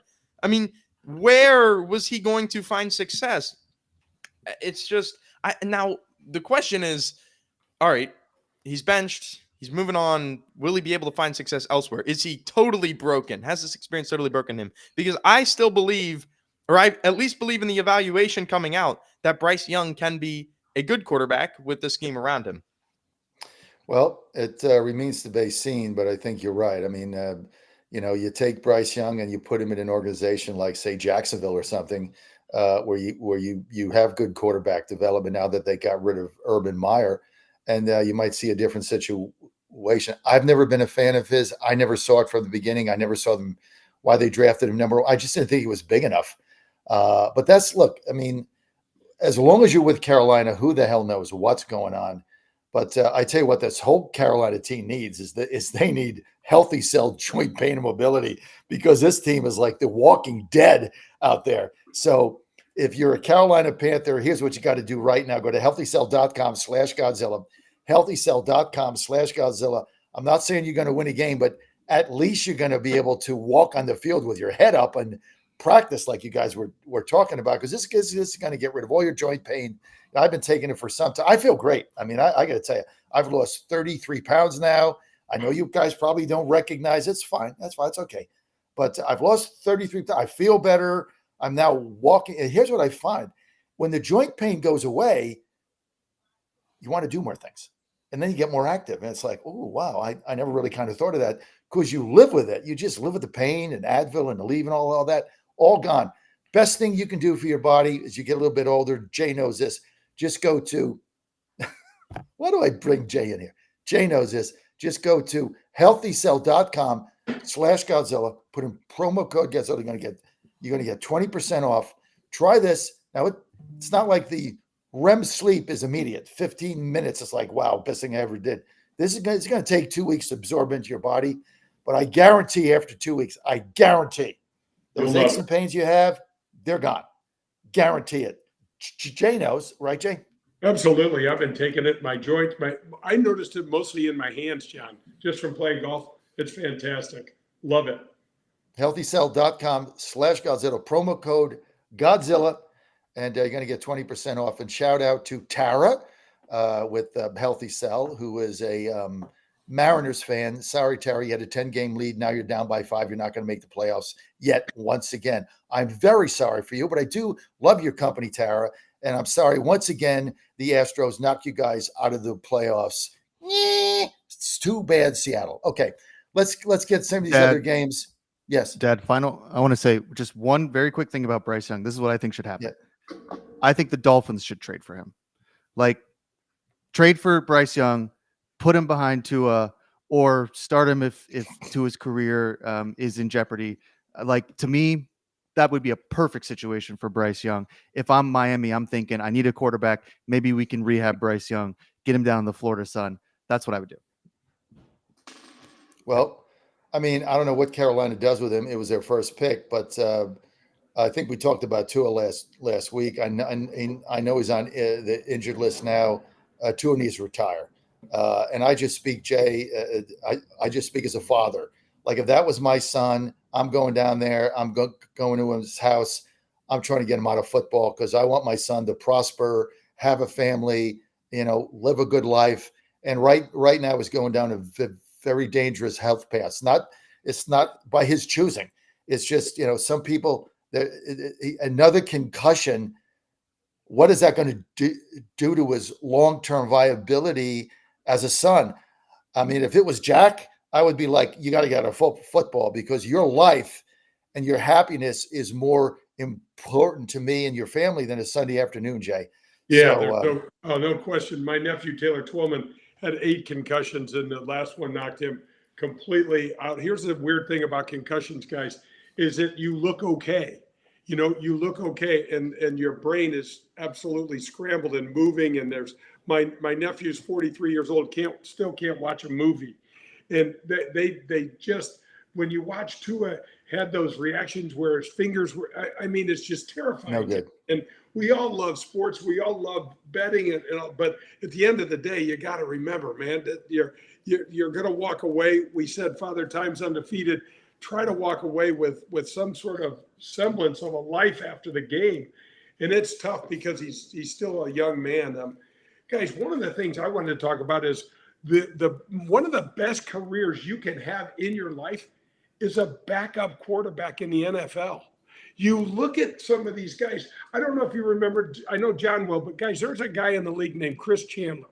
He had a really nice career when he started as a starter, but he was a backup for like 14 years. I played golf with him one day and he's like, this is the greatest gig ever. I throw balls in practice. I put my uniform on. Some days I don't even have to shower. Just go in, I collect my check, and there's a guy that played quarterback. Chase Daniels played quarterback for the University of Missouri. Had a great college career. He's played a few games in the NFL, but these backups, man, they collect big checks and don't play much. Well, okay, hold on. First off, Chris Chandler. He was with the Falcons, right? 44.7 passer rating against John Elway and the Broncos in the 1996 or 98 something Super Bowl. I'll never forget that disaster. I can still remember seeing the stupid confetti fall after the blowout that the Falcons took against the Broncos. So no shout outs to Chris Chandler in this Falcons fan. Although, hey, look, that was a great year for the Falcons. I mean, I don't mean to be, it's tough to beat John Elway in the Super Bowl, but 47.2 passer rating. Would have liked to see a number closer to 50 to give us a chance to not lose by 1,000 in that Super Bowl. Well, I remember that game. I bet the Falcons +7 in that game. And I don't remember being out of it until the end. Actually, they didn't. Their defense played well. But I think that was when one of the defensive backs got caught with a hooker, a prostitute. Oh, yeah, Robinson. Yeah. His car. And I guess the old football coach, the old ball coach, Dan, whatever his name was, he didn't like that. Dan Reeves. He didn't like. He said, "You're married and you're in a car with a hooker before a Super Bowl." Like if it was John Madden, he would have said, "Hey, how come everybody wasn't there?" But Dan Reeves not so much. All right, we got a lot of games to get to. Eagles, Saints.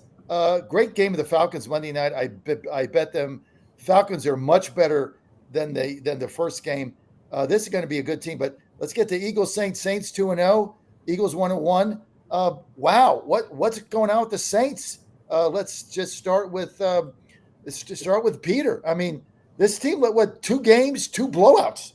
Yeah, it's not a big, personnel project or renovation. It's really just coaching, and it's Clint Kubiak coming in, renovating that offensive scheme. It's that Shanahan Kubiak tree, the outside zone, the stretch, the boots off of that, and I'll tell you what, if you're an Eagles fan, you are scared because the most efficient team outside the tackles, the New Orleans Saints, and who is the worst team at defending the run outside the tackles? It's the Philadelphia Eagles. 7.7 yards allowed on runs outside the tackles. This is a tough matchup for Philly. A good football team, but a really just brutal schedule to start the year. I love New Orleans -3 in this game. Now I'm going to bet them in the money line -148 because I don't want to have them win by 2. So I'm going to bet the money line in this game. But I love New Orleans at home. I thought from the beginning the Eagles were smoke and mirrors. I think their coach is on the hot seat. Falcons exposed the crap out of them on Monday night. The Falcons are a better team. I've been telling you guys, it meets the eye. But I love the Saints here. -3. I love them on the money line. That's really my best bet of the week. Mitch is joining us. Before we get to him, Jack, Falcons took it to Philadelphia last week. Great game. But this Saints team, I mean, they're playing defense. They're playing special teams. I mean, they got it all going on. Oh, they have an incredible defense. That's always been true. Dennis Allen, of course, and now this Clint Kubiak narrative with the, like Peter said, with the offensive scheme is now a lot different than it was last year. But still Derek Carr. I mean, the thing about Derek Carr is when does he get up to his old tricks and throw like 4 interceptions in a game that is like a must-win game for them. So I do agree that the Saints look a lot better, but I'm always nervous about Derek Carr and when that's just going to implode game by game because he can be a bit streaky. He can also go on a hot streak. But yeah, I mean the Saints are a pretty good team. I don't know. I mean I don't think the Eagles are like. I mean the Eagles played a tough week 1 game, and I mean I think the Falcons are. I know they lost in week 1 to the Steelers, but I think the Falcons are going to be a good team. So and that was a tough Monday night game. I'm not sure I love the -3 here as much. I don't really think it's going to be a blowout. The Eagles are always a tough opponent, but yeah, right now the Saints look pretty good. Clint Kubiak has been just really revitalizing that scheme, and that scheme is everything in the NFL, at least for like a season. And then everybody starts to figure you out, and then it becomes a little bit more difficult. You got to, either change your scheme or do something else. But you can, you can do a lot in that first 5, 6, 7, 8. Week 12 when you've got a new scheme and a new quarterback. And Derek Carr is a good quarterback. He's always been a good quarterback. I mean, he's always been solid. Yeah, but he does throw a lot of interceptions. I mean, he can kind of implode. So, we'll see. All right, so I like Eagles. I like the money line -148. That's my best bet of the week. Jack, do you have a pick in this game or not? No, I don't have a pick. I don't like. Yeah, no. Jay, go ahead. I'm drinking the Kool-Aid for the Saints. First of all, I've been in a game at the Dome. It's absolutely insane. Tickets in the upper bowl that were going for $11 2 weeks ago are going for $200. People will be absolutely cold cocked in there. They'll be on Bourbon Street all. They'll be wearing beads. They'll be partying. There'll be no telling what's going to go on. But I'm a believer in Carr. I think this system, I think, is really good for him. They just went into Dallas. We know Dallas doesn't do anything in the playoffs, but they're typically a really good regular season team. They got waxed. I thought Jerry Jones was going to be making trades at halftime. He was going to get rid of Dak. Anyway, I'm betting. I've got it at 2.5. I laid the 2.5. I like the Saints at home, and they are scoring points. Peter? Yeah, I just think another part of it is obviously you have the run game, and then off of that, like if you want to think why Derek Carr's succeeded, it's because throughout his career, the biggest indicator of whether or not he has success is whether or not he's pressured, and he's a different quarterback when he's kept clean. And it might not be pure pass protection, but it's just the threat of the run, and plays off of that just keeps him clean. And when he's clean, pretty good player. All right, Mitch Rogers joining us back from soccer coaching. His girls right fresh off the soccer field Mitch, you're a good dad coaching. Mitch, I took the under. How'd we do? I ran cover 2 the whole time, so they couldn't do anything on it. Mitch getting back from coaching little girl soccer, I tell you that is the father medal of the year. Mitch Rogers doing that. So we welcome you to the show, and we saved the Steelers segment obviously till you came on. But Eagles Saints, 3-point underdog going to New Orleans. What do you like? Yeah, I love it. I was listening to the show on the way back too, and you guys brought up San Francisco and how you can just kind of plug and play. And Clint Kubiak has taken a lot from his time at San Francisco, kind of changed. So he's running that style of offense, those outside zone run schemes and play action. So I love what Kubiak's doing right now, and it's San Francisco-esque, and it's going to be tough. And Derek Carr, you're right, if you keep him clean, I'm running with it. I'm going to go with the Saints as well. Is it 2.5? Yeah, I'm riding them. May take them on the money line as well. Yeah, I'm going to take the money line. I have this thing about football. If it's 3 or under, and I like the favorite, I bet the money line, because what you don't want to do is win the game, 25-22, and you lose the bet and you had the winner. So I tend to do that, but that's just me. By the way, all our picks are going to be up. Go to GodzillaWins.com, daily picks. They're all there. You can get them every day on baseball. I'm on fire. So you want to check that out. I got a bunch of baseball winners again today. It's just incredible. It's like taking candy from the baby. It's just unbelievable. For like a lifelong gambler, you're such a little weasel. Like, you're so soft. You can't stomach like laying 3 points and like it going down to the wire, and it's fourth quarter and they're about to kick a field goal to bring the spread and bust your whatever your bet. Like, I never understand it. No, I mean, it is about the W, but like, it's like, you always talk about how the millennials here are so soft or whatever. Like, I'll take the 3. I mean, I don't like the game, but like, I mean, I'm not betting that like, oh, it's -2.5, so I'm going to take the money line because I can't stomach losing, when they win by 1. So come on, live a little. So the difference. So that's a good point. Point well taken by one of the millennials, right? By the way, this is a unique show because we have 2 baby boomers, me and Jay. We have a Zoomer in Peter. We have an X in Mitch. And then representing the millennials, normally they outnumber us, is Jack. So he's outnumbered here 1, 2, 3 to 1, right? I have a gripe. So with the new generation of kids and all these new gambling apps where we can gamble as little as like 50 cents. And you consider yourself a gambler. I mean, like, us old guys, we're better than the mortgage. We're not doing a $5 10-game parlay and calling ourselves gamblers. Yeah. So this new generation of kids, you don't even have a bookie. You go online. I mean, I drive and meet my dude at a 7-Eleven parking lot and hand him my mortgage. I know. The problem is you guys get this, right? You guys get the us older guys before these apps came out. You called the bookmaker. You had a bookmaker. You called them I used to have a guy in Atlanta, and they drove around. Jack knows this. They drove around 285 with the dark windows, and they had like 5 of those big cell phone boxes. They drove around 285 all day. They just drove around, and you call them up, and you'd have to get through it. Busy. Finally get through, and then of course the other thing is you had no there were not that many cell phones back then, but a lot of times I'd have to go from a payphone because they didn't want to do it from their home phone because they didn't want mom to pick up the phone and say, yeah, I want Pittsburgh 50 times. She's like, I told you to stop giving me a phone. So I didn't want that. So you'd have to, I'm going to go out and take a walk. And you go to the 7-Eleven, go in the payphone, calling the guy driving around 285. I mean, and then you'd meet him at the 7-Eleven and you hand them the money in the paper bag. And you're just a number. You're just a number. This wasn't that long ago. You're like MR713. Yeah. And you can tell the teaser lines today, and you're on the phone for like a half hour getting on the teaser and the parlay lines. Oh, I miss the good old days. It's called 1-800-GAMBLER. Stop betting your mortgage on the Jets. 1-800-GAMBLER, guys. You got it though. You got to do it responsibly. You got to do the fast disclaimer. That's when TV. And then the bookmaker would tell me, Jay. The bookmaker here's what you piss them off.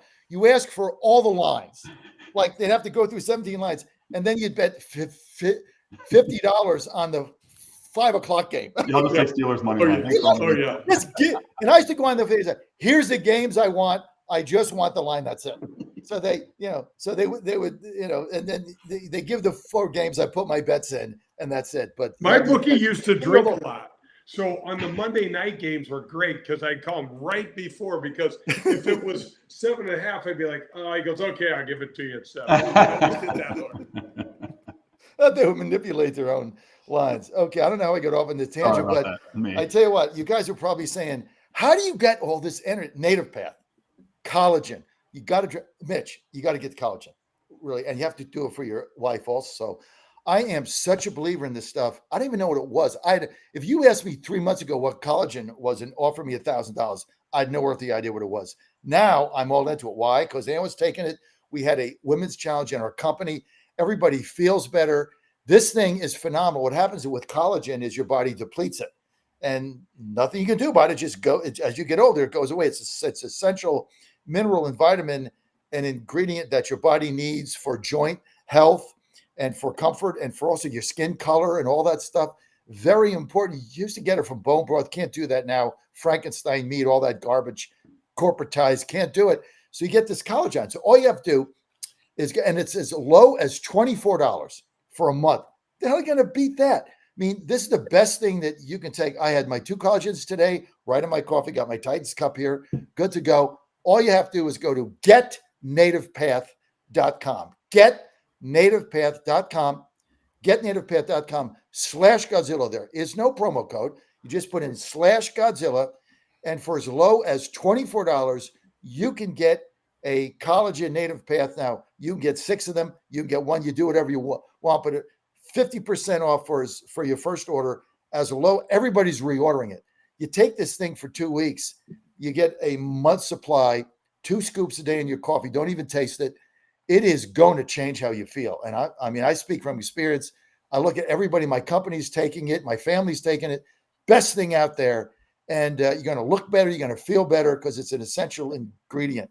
Getnativepath.com/Godzilla. Do it now. Also, look, if you like Godzilla Wins, obviously these are our sponsors. They believe in our audience. And so check this out. Getnativepath.com/Godzilla. You're good to go. Okay. We saved the best here for Mitch. Chargers going to Pittsburgh. First home game. Sold out. Couldn't get. I just telling Jay I had to put our bus driver up for the MAGA bus because we got an event Monday. Larry for the weekend, right? I couldn't find him a hotel. I had to send him to Wheeling, Mitch, because West Virginia, home, everything's sold out. Steelers, you can go as far as you can go to halfway through Pennsylvania. You can't find a hotel. I had to send him to Wheeling. Everything's sold out. This thing's going to be packed. It's going to rock. Steelers 3 over the Chargers, but the Chargers look really good. So, Mitch, we're going to start with you. You got to be on cloud 9 here. What do you think? Yeah, no, I'm loving it. It's the NFL. So 2-0 is 2-0. I don't care if it's ugly or not. The Steelers get 2 road games. They were horrendous in Denver. I think Tomlin had only won 1, so he'll take a win there. But yeah, the Chargers look good. And John Harbaugh he's playing it up, man. He talked about how much he loves the city of Pittsburgh. He talked about his best friend being from Pittsburgh, being one of the best guys.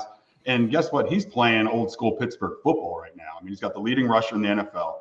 He's got the number 1 defense or number 2 defense, depending on which one you're looking at right now. And yeah, they're flying right now. TJ Watt's going to be going against the rookie Joe Alt at tackle. So that's going to be an interesting matchup. And obviously we're going to have another, Justin Fields. And it sounds like Arthur Smith, he's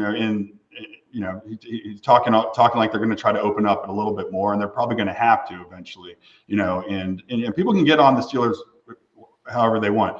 They were up 10 points the second half last week, and they decided to just play conservative and win the game. And Bill Cowher was 101-1 with a 10-point lead in the second half. So you didn't need to make Justin Fields open up the offense. So that criticism, it's valid. And now we got to see when push comes to shove if he can do it. And I think he can. A couple big plays called back by penalty. Justin Fields seems like he's learning how to become a quarterback. It's weird. A lot of quarterbacks don't want to be game managers, but that's what he was missing in his game. And he seems like, they're accomplishing that. But this is going to be a great game. If it was on a neutral site, I'd probably go with the Chargers a little bit, but that home field advantage, it's going to be rocking, like you said, John. And, obviously, my homer is I'm going to lean with the Steelers until they prove me wrong. But, it's going to be the Chargers are impressive. Their defense has been playing lights out. So it's going to be a great game, and I'm looking forward to it. And I would love to see Justin Fields get 250 yards and a touchdown and see what he can do. Money line 155 Steelers -3. What are you going to bet? I'm gonna go the Steelers -3. I don't know about maybe the money line, but I'm rolling with this. I'm a homer. It's all field. So until they prove me wrong, I'm going to go with the Steelers.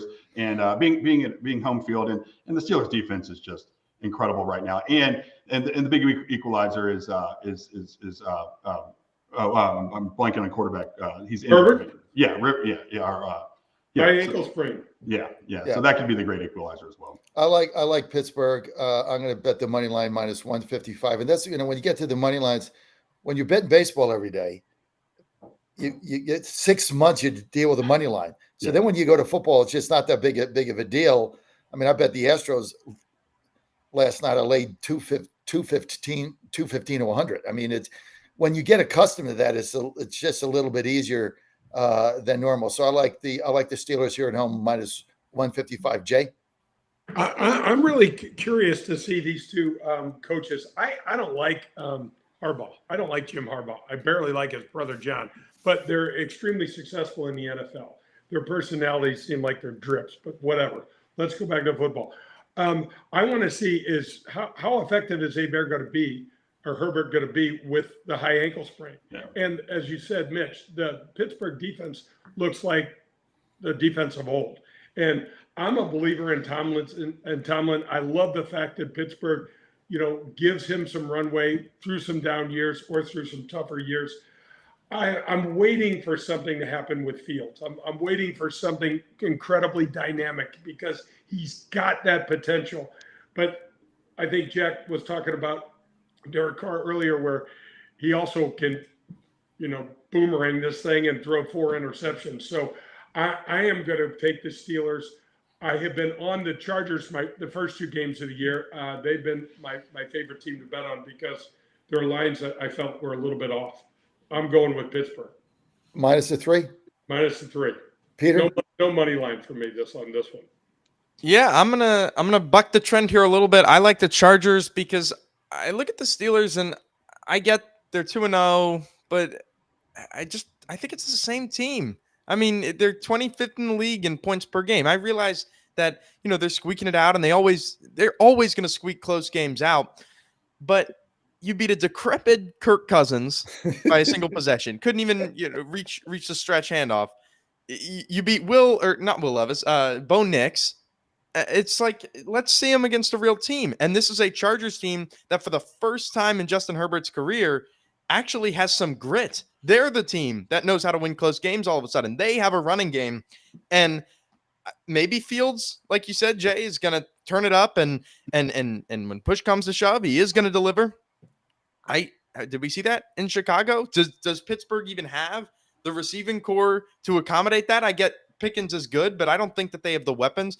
I mean, we're talking about 15.5 points per game they're scoring. And so if it's a close game and it comes down to the wire, which I think it will, I trust Herbert. I'm bought into this Chargers team, and I just don't know that Pittsburgh is going to be able to have the benefit of a team beating himself like they did against the Falcons and the Broncos as well. All right, so Peter likes Chargers +3. Jack? Yeah, Chargers +3. You guys are overthinking this. The Herbert has played injured a lot in his career and has been serviceable, if not good. He's pretty tough. He's a good quarterback. The Chargers are a much better team than the Steelers. The Steelers are kind of a mess. You might be 2-0, but we're talking about week 3 against a team that actually knows how to win games. And so the fact that you're getting 3 in Pittsburgh, this is a really good value here at +3. And I also like the under at 34.5. I know it's really low. It keeps getting played lower and lower and lower, but both of these teams are pretty good at defense and the Steelers have trouble scoring. So I wouldn't be surprised if this game ends up 17-10, but I'm going to take the Chargers +3 and the under at 34.5. I'm with Peter on this one. The Chargers are much better team. Getting 3 points is a gift. Don't do three muches. 3 much better. Much Not that much better. We got 10 minutes. We got 10 minutes, guys. We got a lot of games to get through in 10 minutes. Giants go to Cleveland. Giants look absolutely pathetic. They're getting 6.5 in Cleveland. The Browns underperforming yet again. We got to go around the horn fast. 6.5 Cleveland over Giants. Jay? Oh man, I'd really like to skip this game, but if I got to pick, I'm going to pick the Browns just because they're home. The Giants are dreadful. I mean, it's almost hard to watch. Peter? Yep, Daniel Jones doesn't have an internal clock, and he's playing against Myles Garrett, so give me the Browns. Jack? I mean, I don't have like a pick against the spread. Like, who wants to pick this game? Like, who wants to even pay attention to this crap? I mean, I think the Browns are going to win, but I don't have a pick now. Mitch? Yeah, I'm going to go with the Browns because the Giants. Browns -6.5. The Giants are Yeah. the Giants are a complete dumpster fire. Nothing, this side of Charlotte. Texans 2-0. Go to Minnesota 2-0. This is one of the biggest games. Who'd ever think on the third week this one could be the biggest games on the card? Minnesota's plus 1.5 at home. I'm going to start here. I love the Vikings here. This team, what? They're 2-0. They're at home. I know the Texans are good, but this Minnesota team is shocking everyone. Sam Darnold, where the hell he come from? He was a throwaway on the Jets. They threw him in a garbage can. I like Minnesota here plus 1.5. Jack? Yeah, I'd take Minnesota plus 1.5. I think that both of these teams are pretty tough, but I think it's going to be close. I mean, I don't think Sam Darnold's going to just revert back to some other type of issue. I also like Nico Collins over 74.5 receiving yards if you're into the prop stuff. Peter? Yeah, I think we're in the midst of C.J. Stroud ascending to that Mahomesian Allen level player where no matter who they're playing against, they're going to have a chance, and they're probably going to be favored. Sam Darnold, it's good, but the Texans defense is legit, and I don't think that as good a coordinator as Flores is, he can't protect everyone against Collins, Dell, Diggs, and even Mixon in the run game. Jay? I'm going Vikings here because I'm still pissed off at the Texans for fumbling the ball going in last week and giving us a push. That was irritating as all hell. I get it. I love the game. I love the game to watch. I love C.J. Stroud. I'm about as sold on Sam Darnold as you can be, right? I think I'm just like you guys.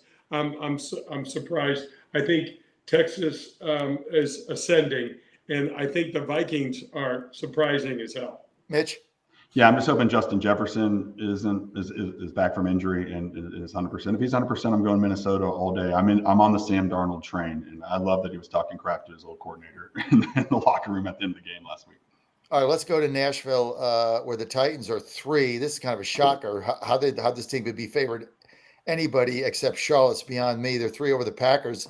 The reason why they're 3 over the Packers is because Malik Willis is starting for Green Bay. He's not an NFL quarterback, although he did great last week. He never won a game for Tennessee. He never won a game. He never got close to winning a game. But the Tennessee, the issue here is Will Levis giving away 2 games. This team should be 2-0. They're 0-2. This guy's got a mental problem. He's got a screw loose. He's going to do it again this week. They're going to get beat again this week. And then we're going to get Mason Rudolph. This guy's got he's got something in his brain. He needs some kind of medication. He needs to get out of football and just get meds. So there's no way that I can bet the Titans, and especially lay 3. So I have no pick in this game. This is going to be it for Will. He's going to do it again. And then Mason Rudolph's taken over. By the 6th game, he's cut. Jay? I'm taking the Titans because he can't be this bad 3 weeks in a row. Yes. And try to figure out the NFL, guys. Green Bay is at home last week and no Jordan Love, and they're playing Indianapolis and they're getting 3. And now they're going on the road and playing in Titans and getting 3. Malik, I'm going tight. I'm going. As you said, the Titans should be 2-0, and as long as Jordan Love doesn't play in this game, I like the Titans. Mitch? Malik Willis revenge game. Come on, Green Bay all the way. Malik Willis gets his revenge. Peter? I am living for the weekly photo of Will Levis where his eyes just kind of roll back into his head and he realizes what he just did. But all that said, I think Green Bay in a tough spot ran the ball a ton against the Colts. threw their whole run game out the window, or at the Colts. That is, I think you just can't win football games playing like that. And the Titans have a good defensive front, so I think the Titans win their first game of the year. Check. Will Levis minus 146 to throw up interception. That's what I mean. Yeah. That probably is I'm the best surprised. bet. I'm surprised it's not minus 250. I mean, it's all this guy unbelievable. does. I mean, the guy. Look, the Titans should be 2-0. They have a really. It's sad as a Titans fan to watch this defense play their heart out. I mean, they played 2 great games, and to be 0-2, they should be 2-0. I have no pick in this game. Here's my best bet. I'm going to go here. Bears, Colts -1. I love the Colts in this game. This team, they're better than they have shown. The Bears are worse than they've shown, and Bears should be 0-2. I love Indianapolis -1. Peter. Yeah, I think this is just like you said, kind of a regression to what we think that these teams really are, and that's the Bears kind of average at best, probably a little bit below average, and the Colts, I mean, they've been fighting hard, got a weird, tough game, like just game plan wise against the Packers last week. I think that they're better than 0-2 suggests, and I think the Colts win it because they need to. Mitch? This is one that scares me because when you look at it, I'm with you. Like, I want to load up the Colts all day long, but I know better. I know they're just trying to suck me in. So for some reason, this is the Bears all day long. I have no idea why. I just know what Vegas tries to do to steal my mortgage, and I'm going with the Chicago Bears. Jay? Mitch, I totally agree with you. I'm looking at this game.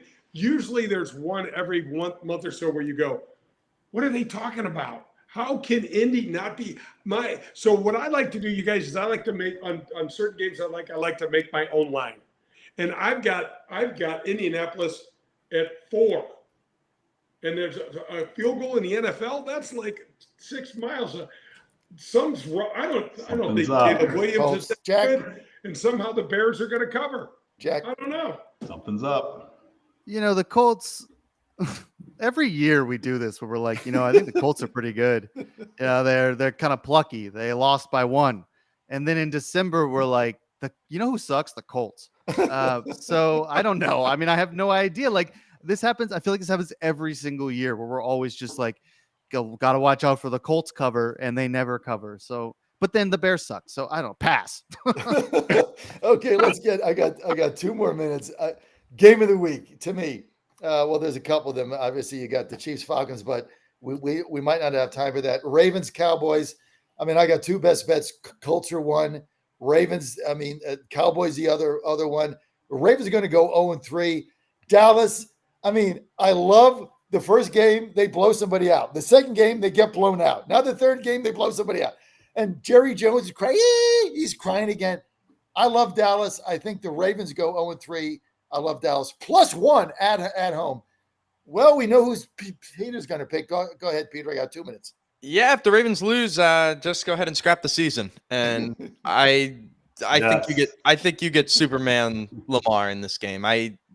He does not go 0-3. He does not lose regular season games like this. He's going to be sick. The team is going to be locked in. Lamar is going to be vocal in a way that he hasn't. You just need to win this game. You cannot start the season 0-3. And personnel-wise, I mean, we're on par with the Cowboys. Lamar's historically dominant versus the NFC. Give me the Ravens. They're getting back. Jack. Mark Andrews, anytime touchdown. Mark Andrews over 50.5 receiving yards. He's going to get a lot of targets as the Cowboys try to neutralize Zay Flowers. Jay. I'm on that. I love that. I love that pick, Jack. I love that pick. I think I don't trust either team right now. Mitch. I've never seen the Ravens 0-3, and I want it so bad. Their offensive line is putrid. It sucks. Dallas is going to blitz all day long and have a field day. Dallas wins this one by 2 touchdowns. All right, I kind of agree. Peter. We like Dallas. No. We like Dallas here. Now I'm going to Chiefs, Falcons -3 of the Chiefs. You can only give me your pick because I got to get out. I just want your pick. I'm taking the Falcons +3. I believe, baby. I believe. Peter. Chiefs clunker of the year that no one kind of expects, but they win on a late field goal. Jay. I'm going Falcons. Mitch. Chiefs. Jack. Falcons. Yeah, baby. Let's go to Dirty Birds. I'm That's loading. it. I'm loading the cheese. That's it for our show tonight. Go to GodzillaWins.com, GodzillaWins.com, Daily Picks, GodzillaWins.com. You can get all the write-ups there, and you can go to Daily Picks. I'm going to have all my picks up tomorrow. I love my Daily Picks. Go to Godzilla Wins Daily Picks. And if you want to look good and feel good, getnativepath.com/Godzilla. You can look as good as Mitch Rogers. You can look as good as me, right? Now, Peter, he doesn't have to have this. He's way too young. Forget that. Because Peter, he looks good anyway. But for you older guys out there, baby boomers like me and Jay or Xers, got to get your collagen. Go to getnativepath.com/Godzilla. Guess what's up next? The Jay Delson Golf Show. Oh, my God. Stay tuned for that. We'll see you next week. Have a great week.